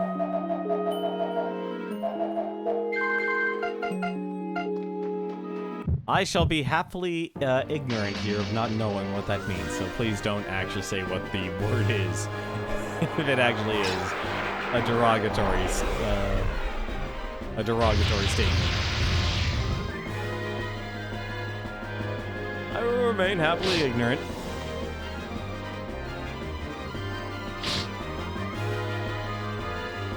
But yeah, I'm trying to make my new routine, like, write like an article a day for like working on this OBS guide, and I really actually gotta expand it. I feel like here's one bad habit about myself, actually. I will always have a bunch of ideas of what I should actually write about, but I won't let myself do it until I complete something else. So it becomes like a backlog, and the worst part about, you know, any backlog, you ask a person, where you never get to it. And so you just end up never creating something. Like, I don't want to publish this OBS Design Fundamentals series until I actually have it complete. Because it's such a fundamental version of it. Where else supposed to go? Oh, right, okay.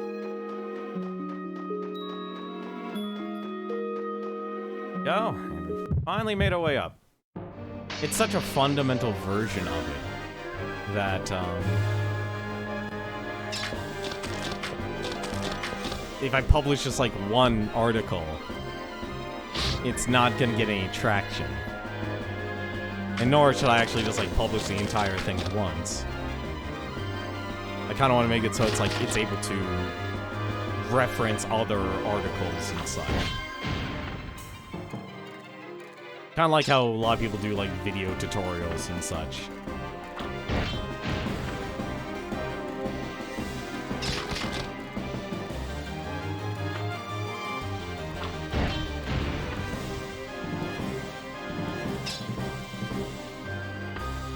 But yeah, that's kind of one down. Like that's honestly like one of my big character flaws, honestly.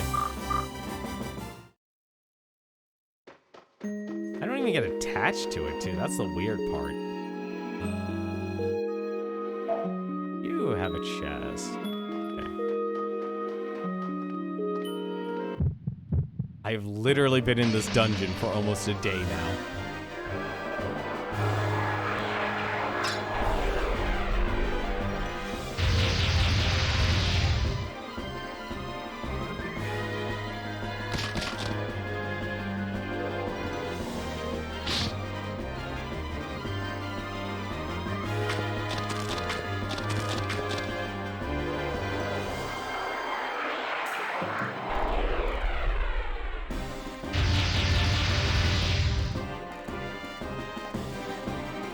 It's sad, like, throughout this entire thing, I have not leveled once. I think my party level has risen, and that was it.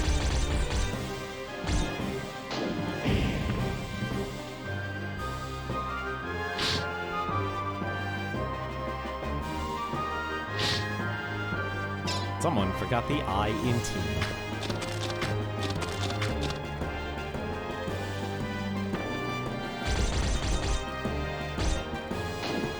Yep, that's I feel like that's a flaw everyone can relate to, honestly. It's a flaw everyone can relate to.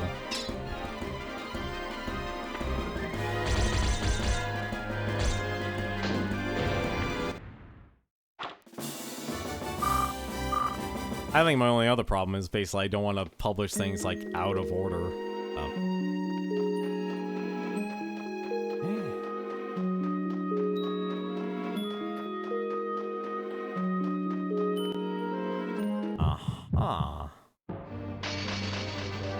I'm really hoping I didn't have to do something elsewhere.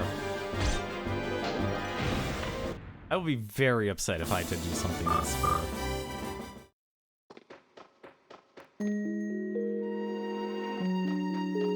Okay, so do this.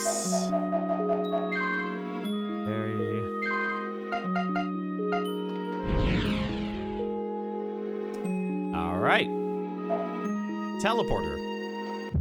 Cool.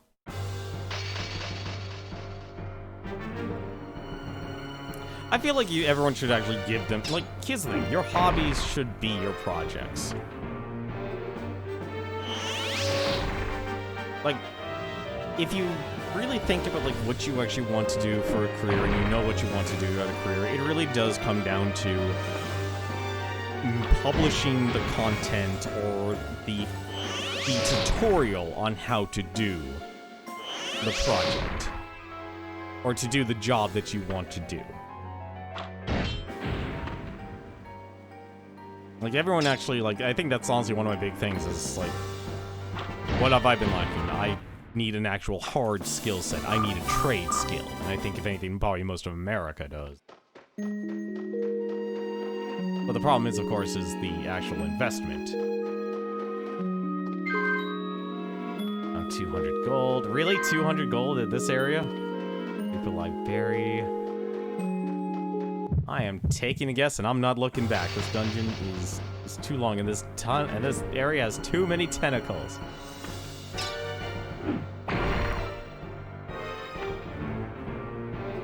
Too many tentacles.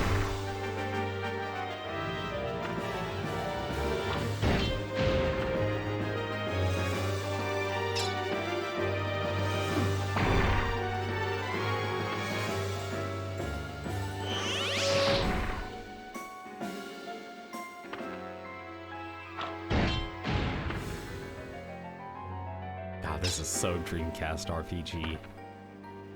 This is just reminding me of Skies of Arcadia. And I still need to beat that game. If I am kind of somewhat tempted to actually do that next. Well, we found Kite. Hang on a second, Kite. We'll be right back. Oh, no doubt in my mind, this is obviously attached to the boss there. He was definitely covered in tentacles. Burly sailor tries to get revenge.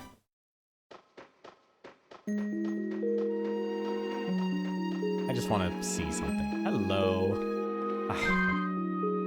Just found the holy amulet. Amulet infused with power protects against holy attacks when equipped. Interesting. This area's gotta have some really good loot. This area has to have that clearly is a really good loot item right there. Believe it or not, there is an equipment system in this game. We must find the Holy Grail. Just watch out for rabbits. God, Monty Python and the Holy Grail, that was a good movie. That was a good movie.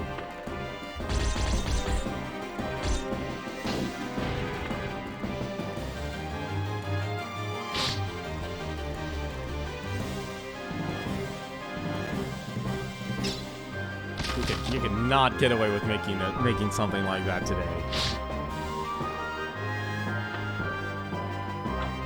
Get me the holy hand grenade of Antioch.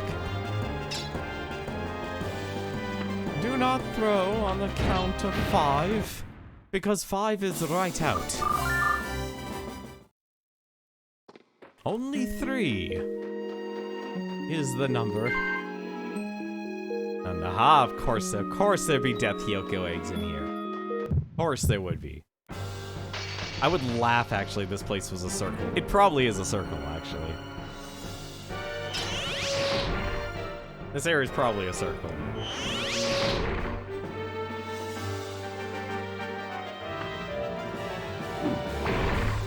Damn, I'm getting slapped by tentacles. Laser blasted. Mouse is seeing things, man.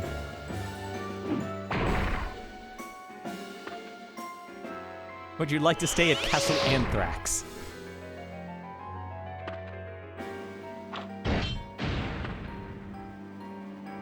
I'm moving as fast as I can. I feel like we're already at the end of the dungeon. Like, we know where Kite is, so we're pretty good. We're not, like, it just became day 5. That's the other thing. It just started. That's how much combat we've actually been in and how little experience we're actually gaining from this. Just found a revive potion.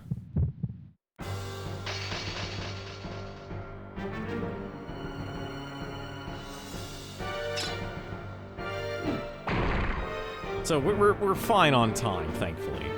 Like, I feel like that's the interesting thing about this game, is that combat, thankfully, is not connected to time. And that's a positive and a negative. It's a positive because, obviously, yeah, I'll be honest, like, time kind of goes fast in this game. If you really actually just kind of wait around and you don't get into combat, because combat's the real filler of this game. This is the stuffing. The combat in this game is actually the stuffing. Like, this really could have just been a pure adventure game. Like, where you just basically band the town together. No, I've been keeping track of that. I do not want to do... I don't want to lose all that money. I don't want to lose Kite. I don't want to lose all this money. Okay, I think this actually does... Yeah, okay. This actually does go in one big circle. Okay, that's good to know. At least it goes in one circle.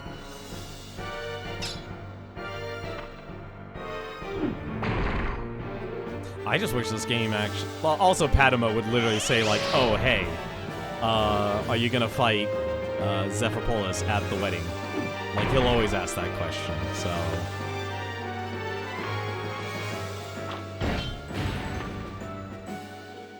Like I said, I feel like this game was definitely ambitious for its time, and because it was... It's that sad where the narrative is taking too much control of the gameplay, that you have to do obscure thing after obscure thing. And they didn't leave enough nitty-gritty details. Like, basically, like, the entire sins that people lament in RPGs. Like, oh, this person's just telling me how to beat the game. It's like, well, yeah, they are, because it's kind of important that you do. Okay, now we're going backwards.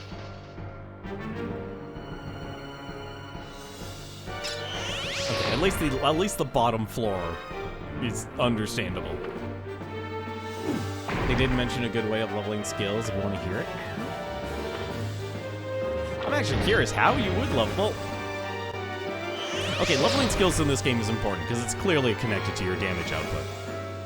So that's actually important, but I don't know how you'd make leveling skills easy.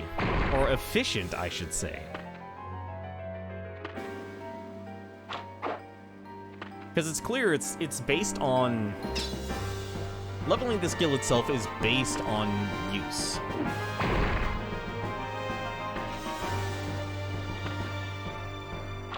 So the more you use it, the higher the level, the higher the damage, but you have to use it even more. So it's a compound interest sort of situation, which is honestly kind of bad, actually.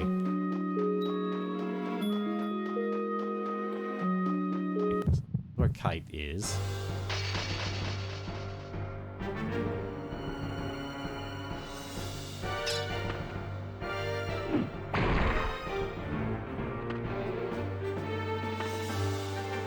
It involves Zephypolis, Ephemeral. That is... You know, actually... If there's technically a way you could basically perma-stun him, I could see that. I could see that. If there was a way to keep him perma-stunned, he would basically be the punching bag that you need. Okay. Before I go into battle, let's actually... Curious, actually. That's... Okay, so the amount of defense you'll always get is the same. Alright, let's go save our buddy. Kite, I'm here for you, buddy.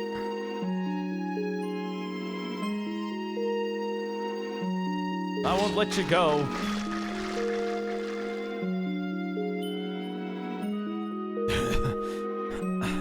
I've been saved. Much longer and I would have been a goner. Never did it, guy? Come into this place alone? Save the lecture for later. Gotta escape before he starts to move. He? What are you talking about? Him.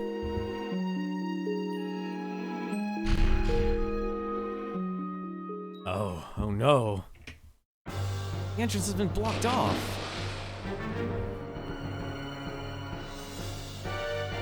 Actually, we can't escape, so please, your powers, lend me your powers. Say adios to the past nightmares to settle the score for the last time. I'll borrow the powers of my best mate.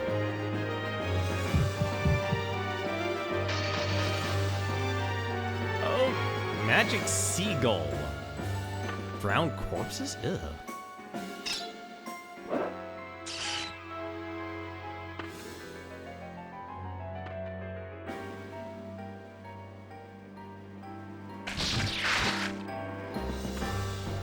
I think we might be over-leveled for this. Just a hunch. Oh, they're still alive.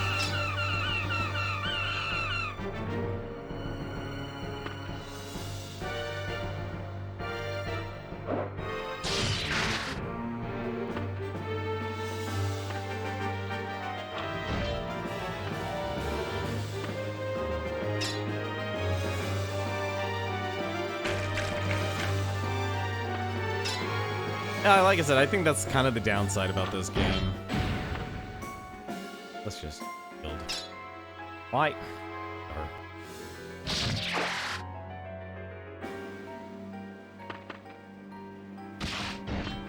Beat him with a fish.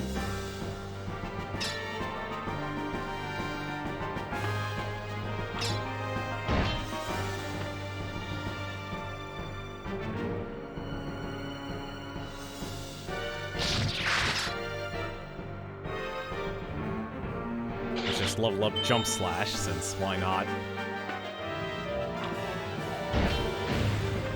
Okay, or you could just be that easy to beat. We're definitely over-leveled.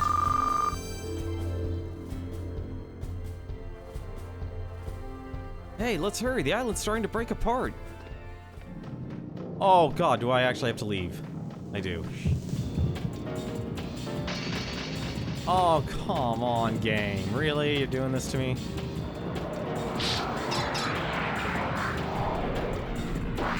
He does not have anything.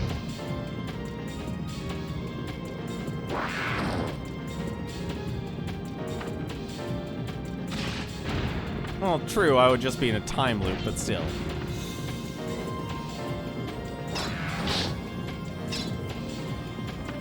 Okay, I'm digging this music.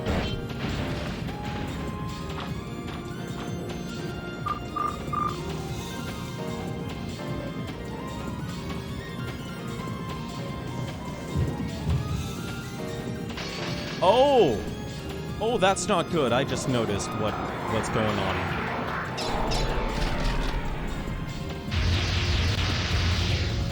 Oh, I just noticed what's going on. I hate it. There's actually a time limit. There's an actual time limit. I gotta get out of this place before a certain time.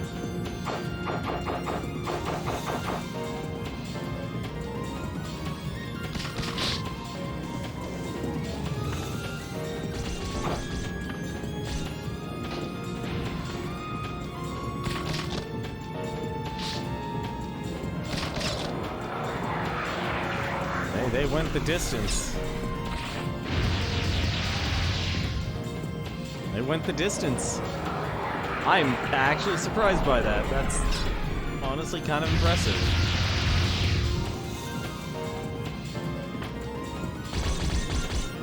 I hate it, but at the same time, it's impressive.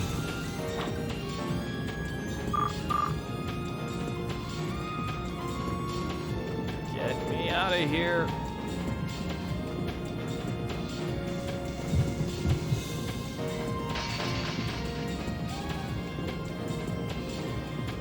That's actually a lot of time. I'm actually kind of glad I have a lot of time.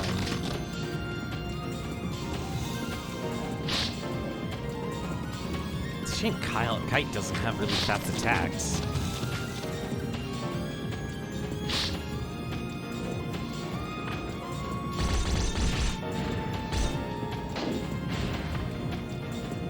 Here are them.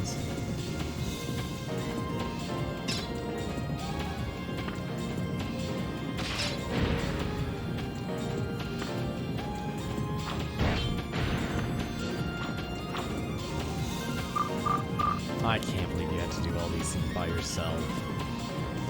Alright.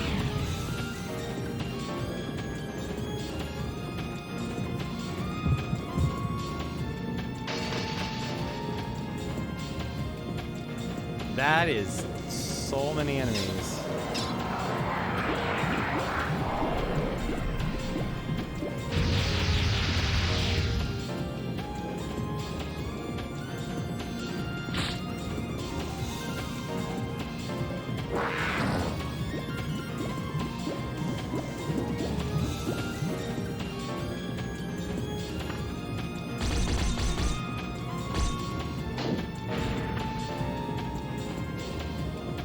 Really? I can't believe Kite hasn't attacked yet.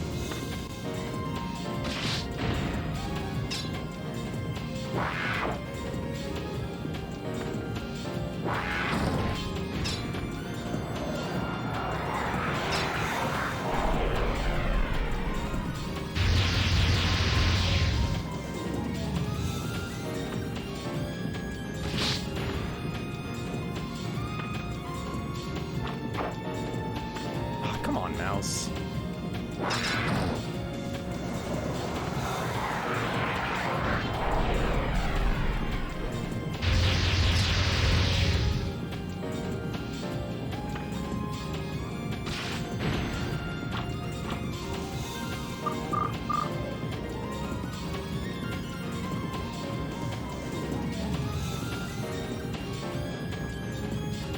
I am really hoping I'm going the right way here because this is kind of nauseating.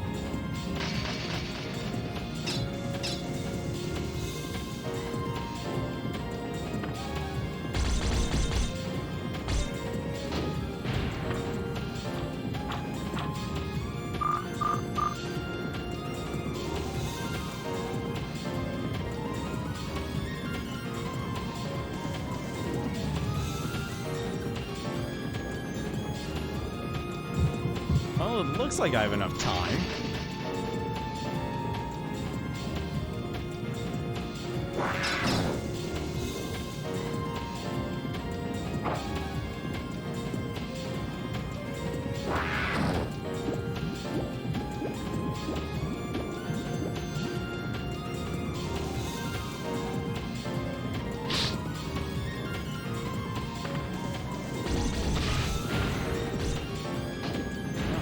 Three of them. Two left.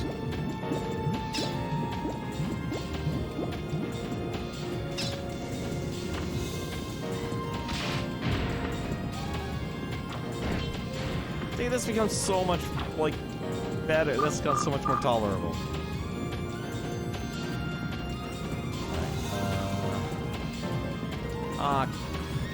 Crap, I forgot which way I was going.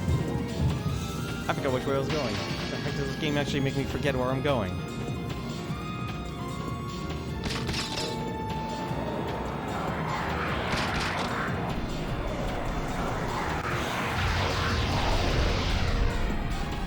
Also, the other positive, since you have multiple people who can actually take a hit, the turns the enemies take go faster too.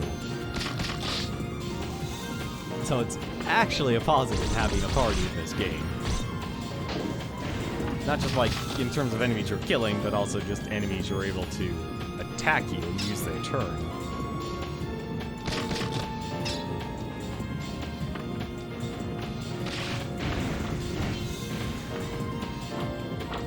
really like the dynamic camera, though.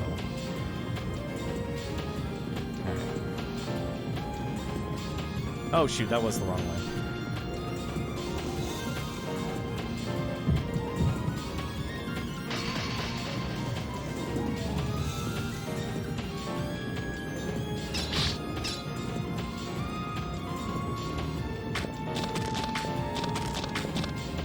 Like, I know I have plenty of time. This game definitely gives me enough time.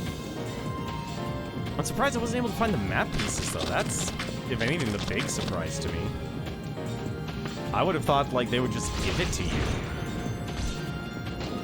Like, why do I have to work for those? I really hate that I have to work for those map pieces.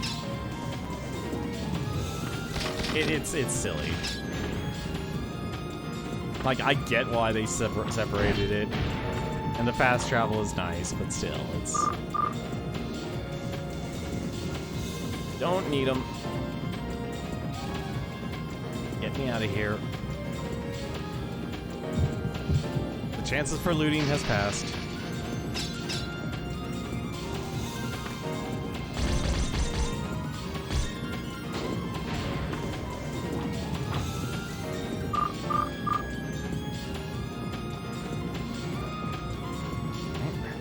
Downstairs.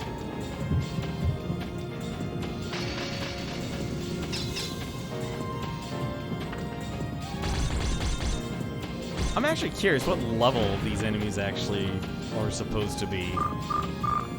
Because clearly I have played this game out of order.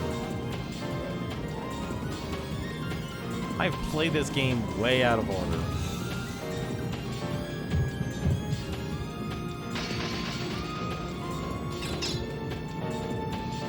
Just keep giving me the centers. The faster I can get out of here.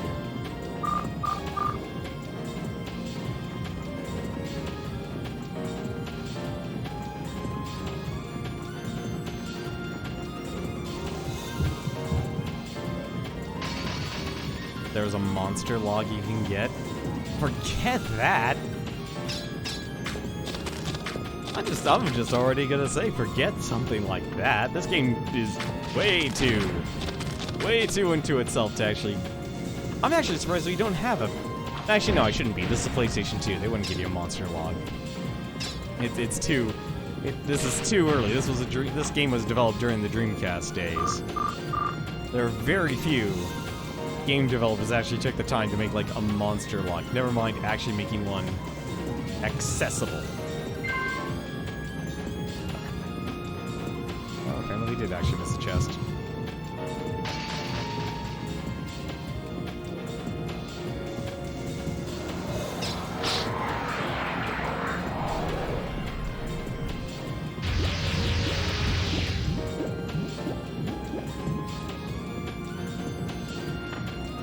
Oh, at least we got Kite back.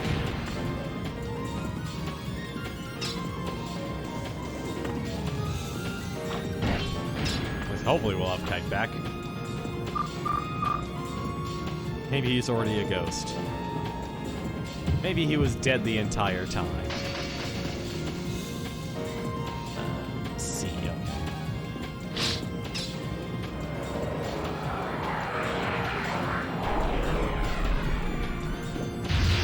Oh yeah, so Anno... Wait, so when you say monster log, you just mean Anno just has a scan ability, not... like an actual book or item that we can reference. Like an index, basically.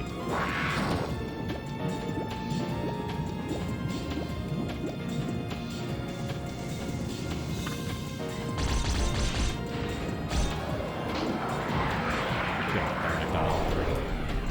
There was an actual index. Oh, okay.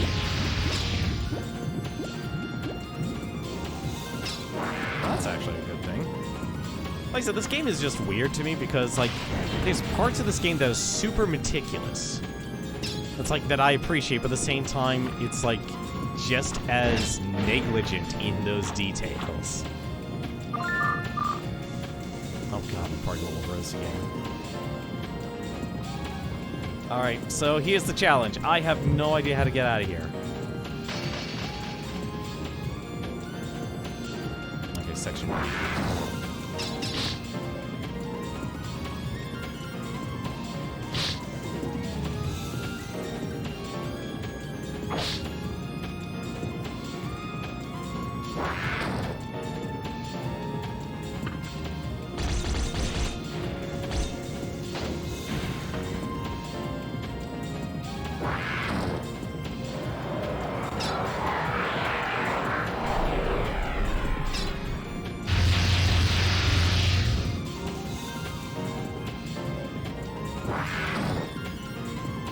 think I need to stop using charging attack for 2.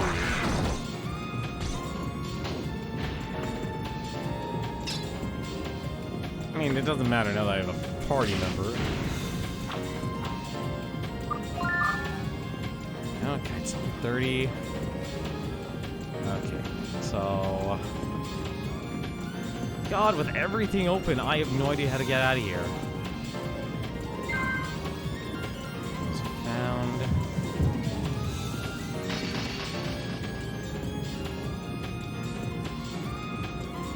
What do you mean a reactor situation? I'm a little lost when you say that. Oh, the demon reactor. Oh. Oh. No, they couldn't be that mean. Oh, wait. Oh, no. Oh, you mean game over, game over. Oh, no, what? Actually, that would make sense. No wonder why there's actually a point to save. You're right. You're actually right. That's actually most likely an area where you could just game over. You were probably right on that.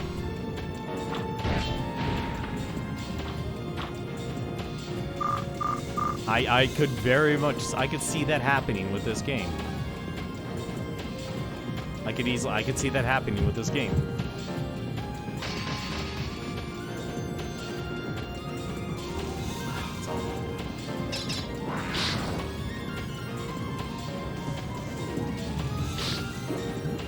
Like, the game is giving you enough time. There's more than ample time. Like, unless you become obsessed with finding every single item, and which you probably would do that before you actually engage the fight.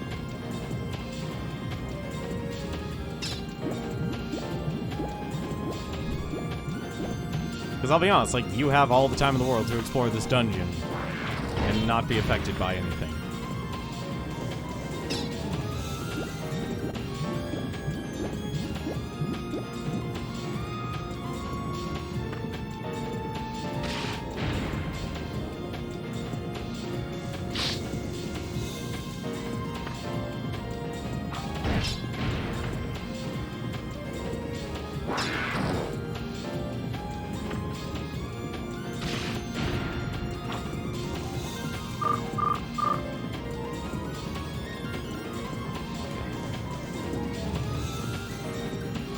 I think we're out of here, actually.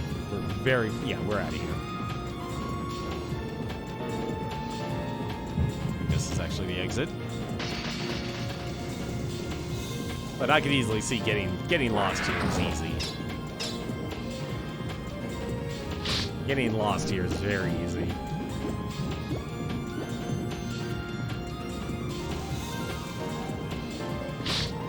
Everyone just wants to attack Mouse. There we go.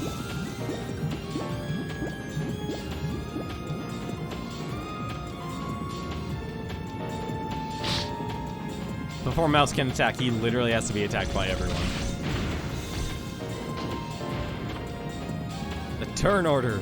The turn orders. See, this is why, like, if there's actually an RPG I've always appreciated during the PlayStation 2's time, it was Grandia 2. And Grandia 2 had a real, an active battle system as well, but the interesting about that system was that you could actually see a meter at the bottom and actually interact and stop enemies from attacking. You made it. Mouse, hurry up, hop on the Falcon and get out of here.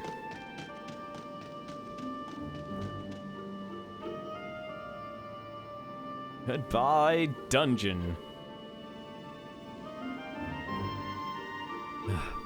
Somehow we managed to escape.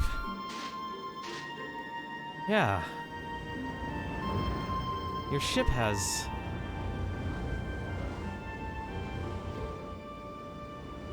It's all right now. But the crew of the Matilda are satisfied too.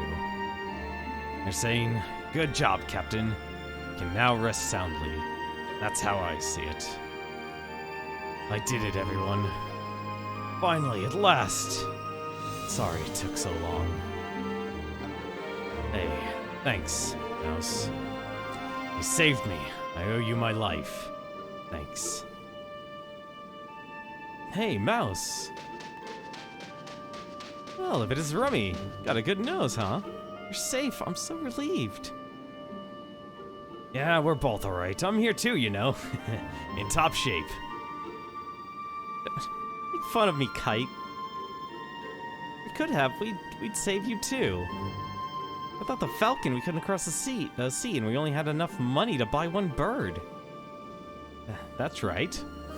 Falcon. Kite, didn't you say that we couldn't leave the island by boat because of the tides? Yeah, even though the demon's now dead, it's still probably impossible. That is, unless we build a ship from scratch that's even bigger than the Matilda. How about from the air? Alright, I see. What? Did I find a way off this island? Who the heck is this? Who's that guy? Yep, that should do it. The members' names?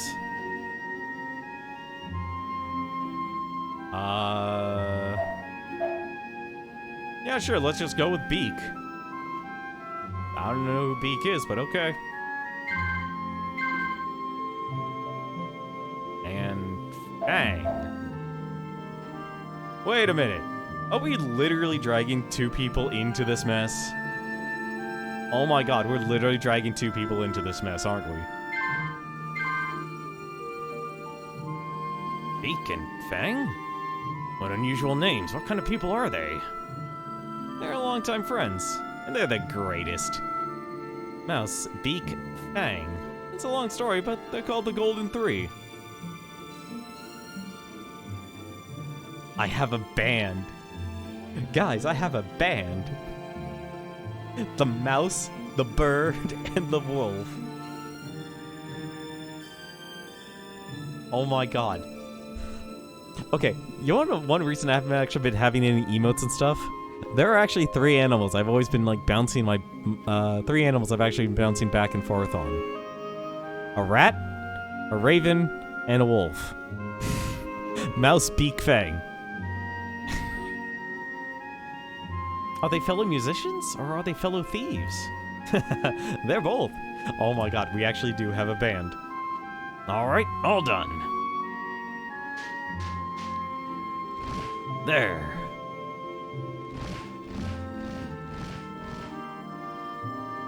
Must deal with bear and bird.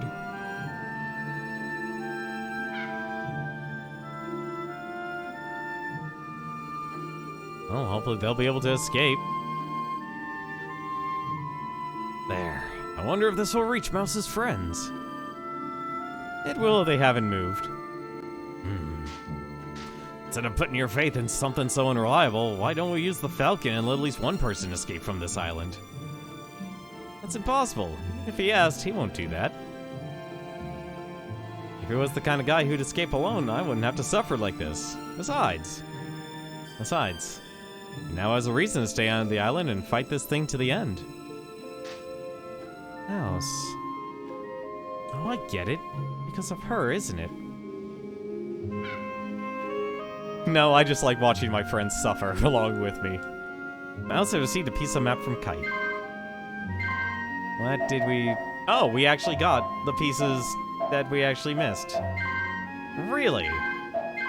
Well, we could super jump there now if we want. That's never gonna happen. That is never going to happen. At all. Does... Well, shoot. I get... Oh, that's... So that's... Huh. So that means... Oh, shoot. You're right. It's nighttime.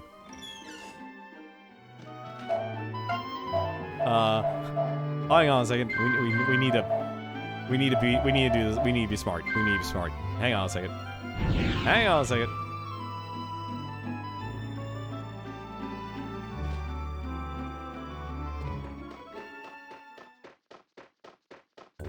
Yes, there is something we could do in town. We need to put all of the items back in the inventory. We desperately need to do that. That is a top priority. We need to save the money. We need to save the money.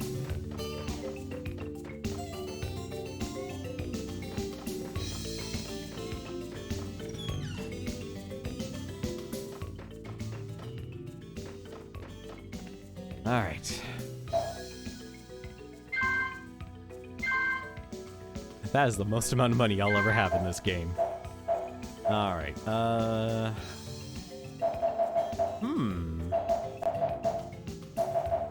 I still don't understand what these fish... I guess the fish actually have something to do here. Super magic bottles. I'll probably sell most of this stuff here, actually. Put the berries away. We actually earned more berries than we spent there. I don't think I need to worry about the Rependia.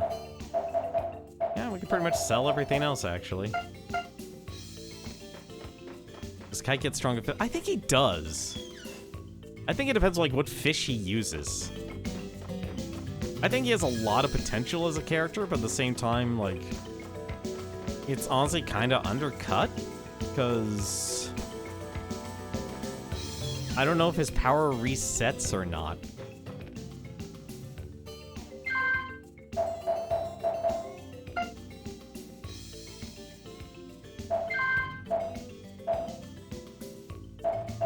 Like, we can buy all these now, so I'm not gonna worry about most of this stuff. And the charms are just one time. Bassinets, we can actually buy those at the store, so I'm not gonna worry about those. And was it Sand Mirage? Yeah, that's just a blind. River Bomb, that's useless.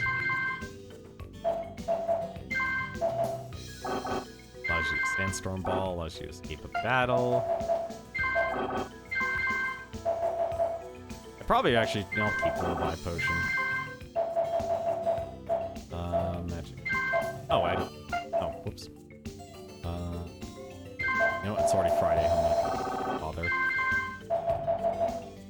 Super Library. We had 20, wow.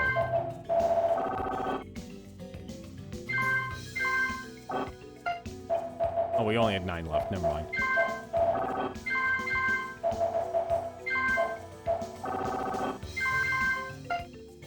Go.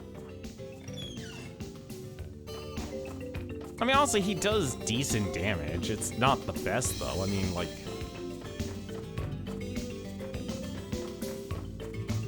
I'm actually trying to think here. It's like, you know what? Honestly, actually, for what he is, like, Kite's not bad, actually. Because let's see here.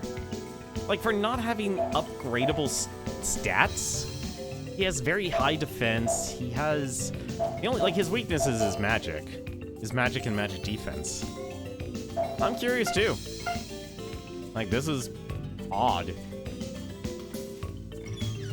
I'm literally dragging 2 more people into this mess. Let's draw off the eggs.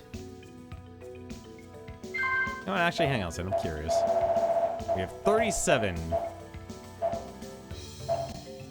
37 and one is dead, so we almost have half of the amount here. Oh, that's an interesting one.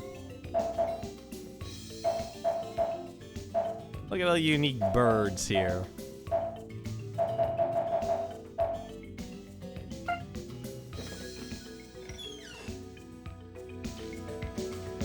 I don't have a heart of stone, I have a heart of gold. I'm protecting those death Hyokos.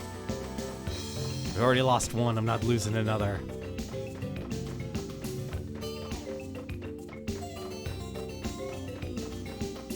So this means, like, I'm actually a little bummed out, honestly. Like, that means basically I have to wander this game by myself with just mouse in order to make any sense of progression. Also, how...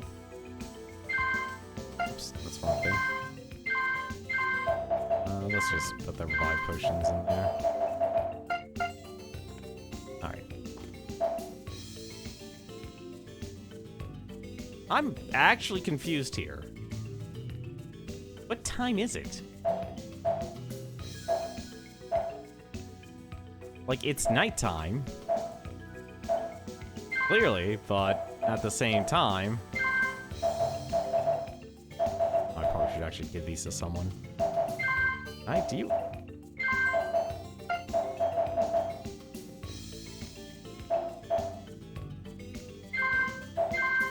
let's just give him... It's 5 a.m. probably. Oh, you're probably right, actually. It's probably 5 a.m. What was I thinking? It's 5 a.m. Well, you know, actually, it's almost midnight, actually, in our time here, so why don't we actually wrap things up here? Now that we have everything secured. Actually, you know, there's one more thing we could do. There's one more thing before we stop, actually. And I need a bit of money, actually. I need a little bit of money from the safe. Let's go check. I want to check out the fortune teller again. I want to check out the fortune teller again. And I want to see... Throw that away. And we'll just make it 162. I want to see if the dialogue changes with the fortune teller.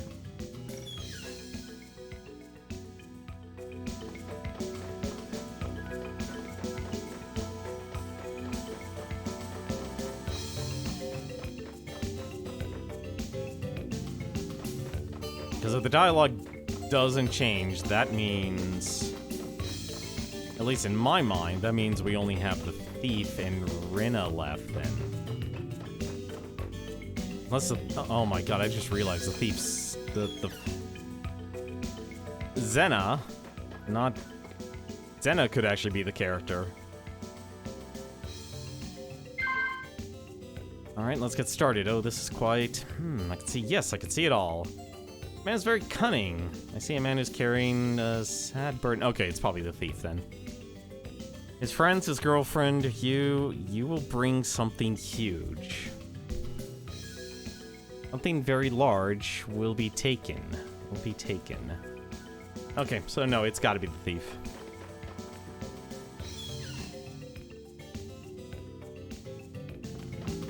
Battle of the Band of Thieves. Alright, well, good news, it's 5 a.m. Or 6 a.m. Chances are we probably won't be able to do anything in this loop because, well, Gilhart's already dead. So, why don't we end things here and we will find out what to do, actually. Let's go to Town Square and then we'll save it.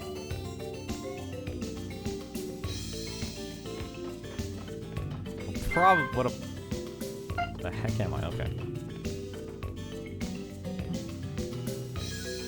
In my old days, I was quite a wizard when I tested climbed. If you got a magic ring, I could increase your powers for you. Guess I don't have a magic ring.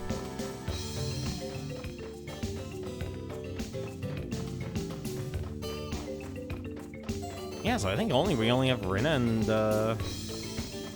Rinna left, actually. Well, this will be a good place to save. Alright, that's gonna do it for us. Why don't we save here and let's get out of here. But yeah, it'll be interesting. I think what I might do, tomorrow we'll literally warp to day 1, because I feel like something will happen. Because if we're technically in a time loop, it doesn't matter how long it takes. It technically doesn't matter how long it takes. They'll show up. Beak and Fang will show up. Whoever they are. Oh, I wonder if they have talking instruments. Maybe that's the other connection. They have other instruments. Alright, let's save. Interesting. Interesting moment there. That was an interesting stream in terms of a dungeon. That was a painful dungeon. I know I missed a lot of items, but I don't care.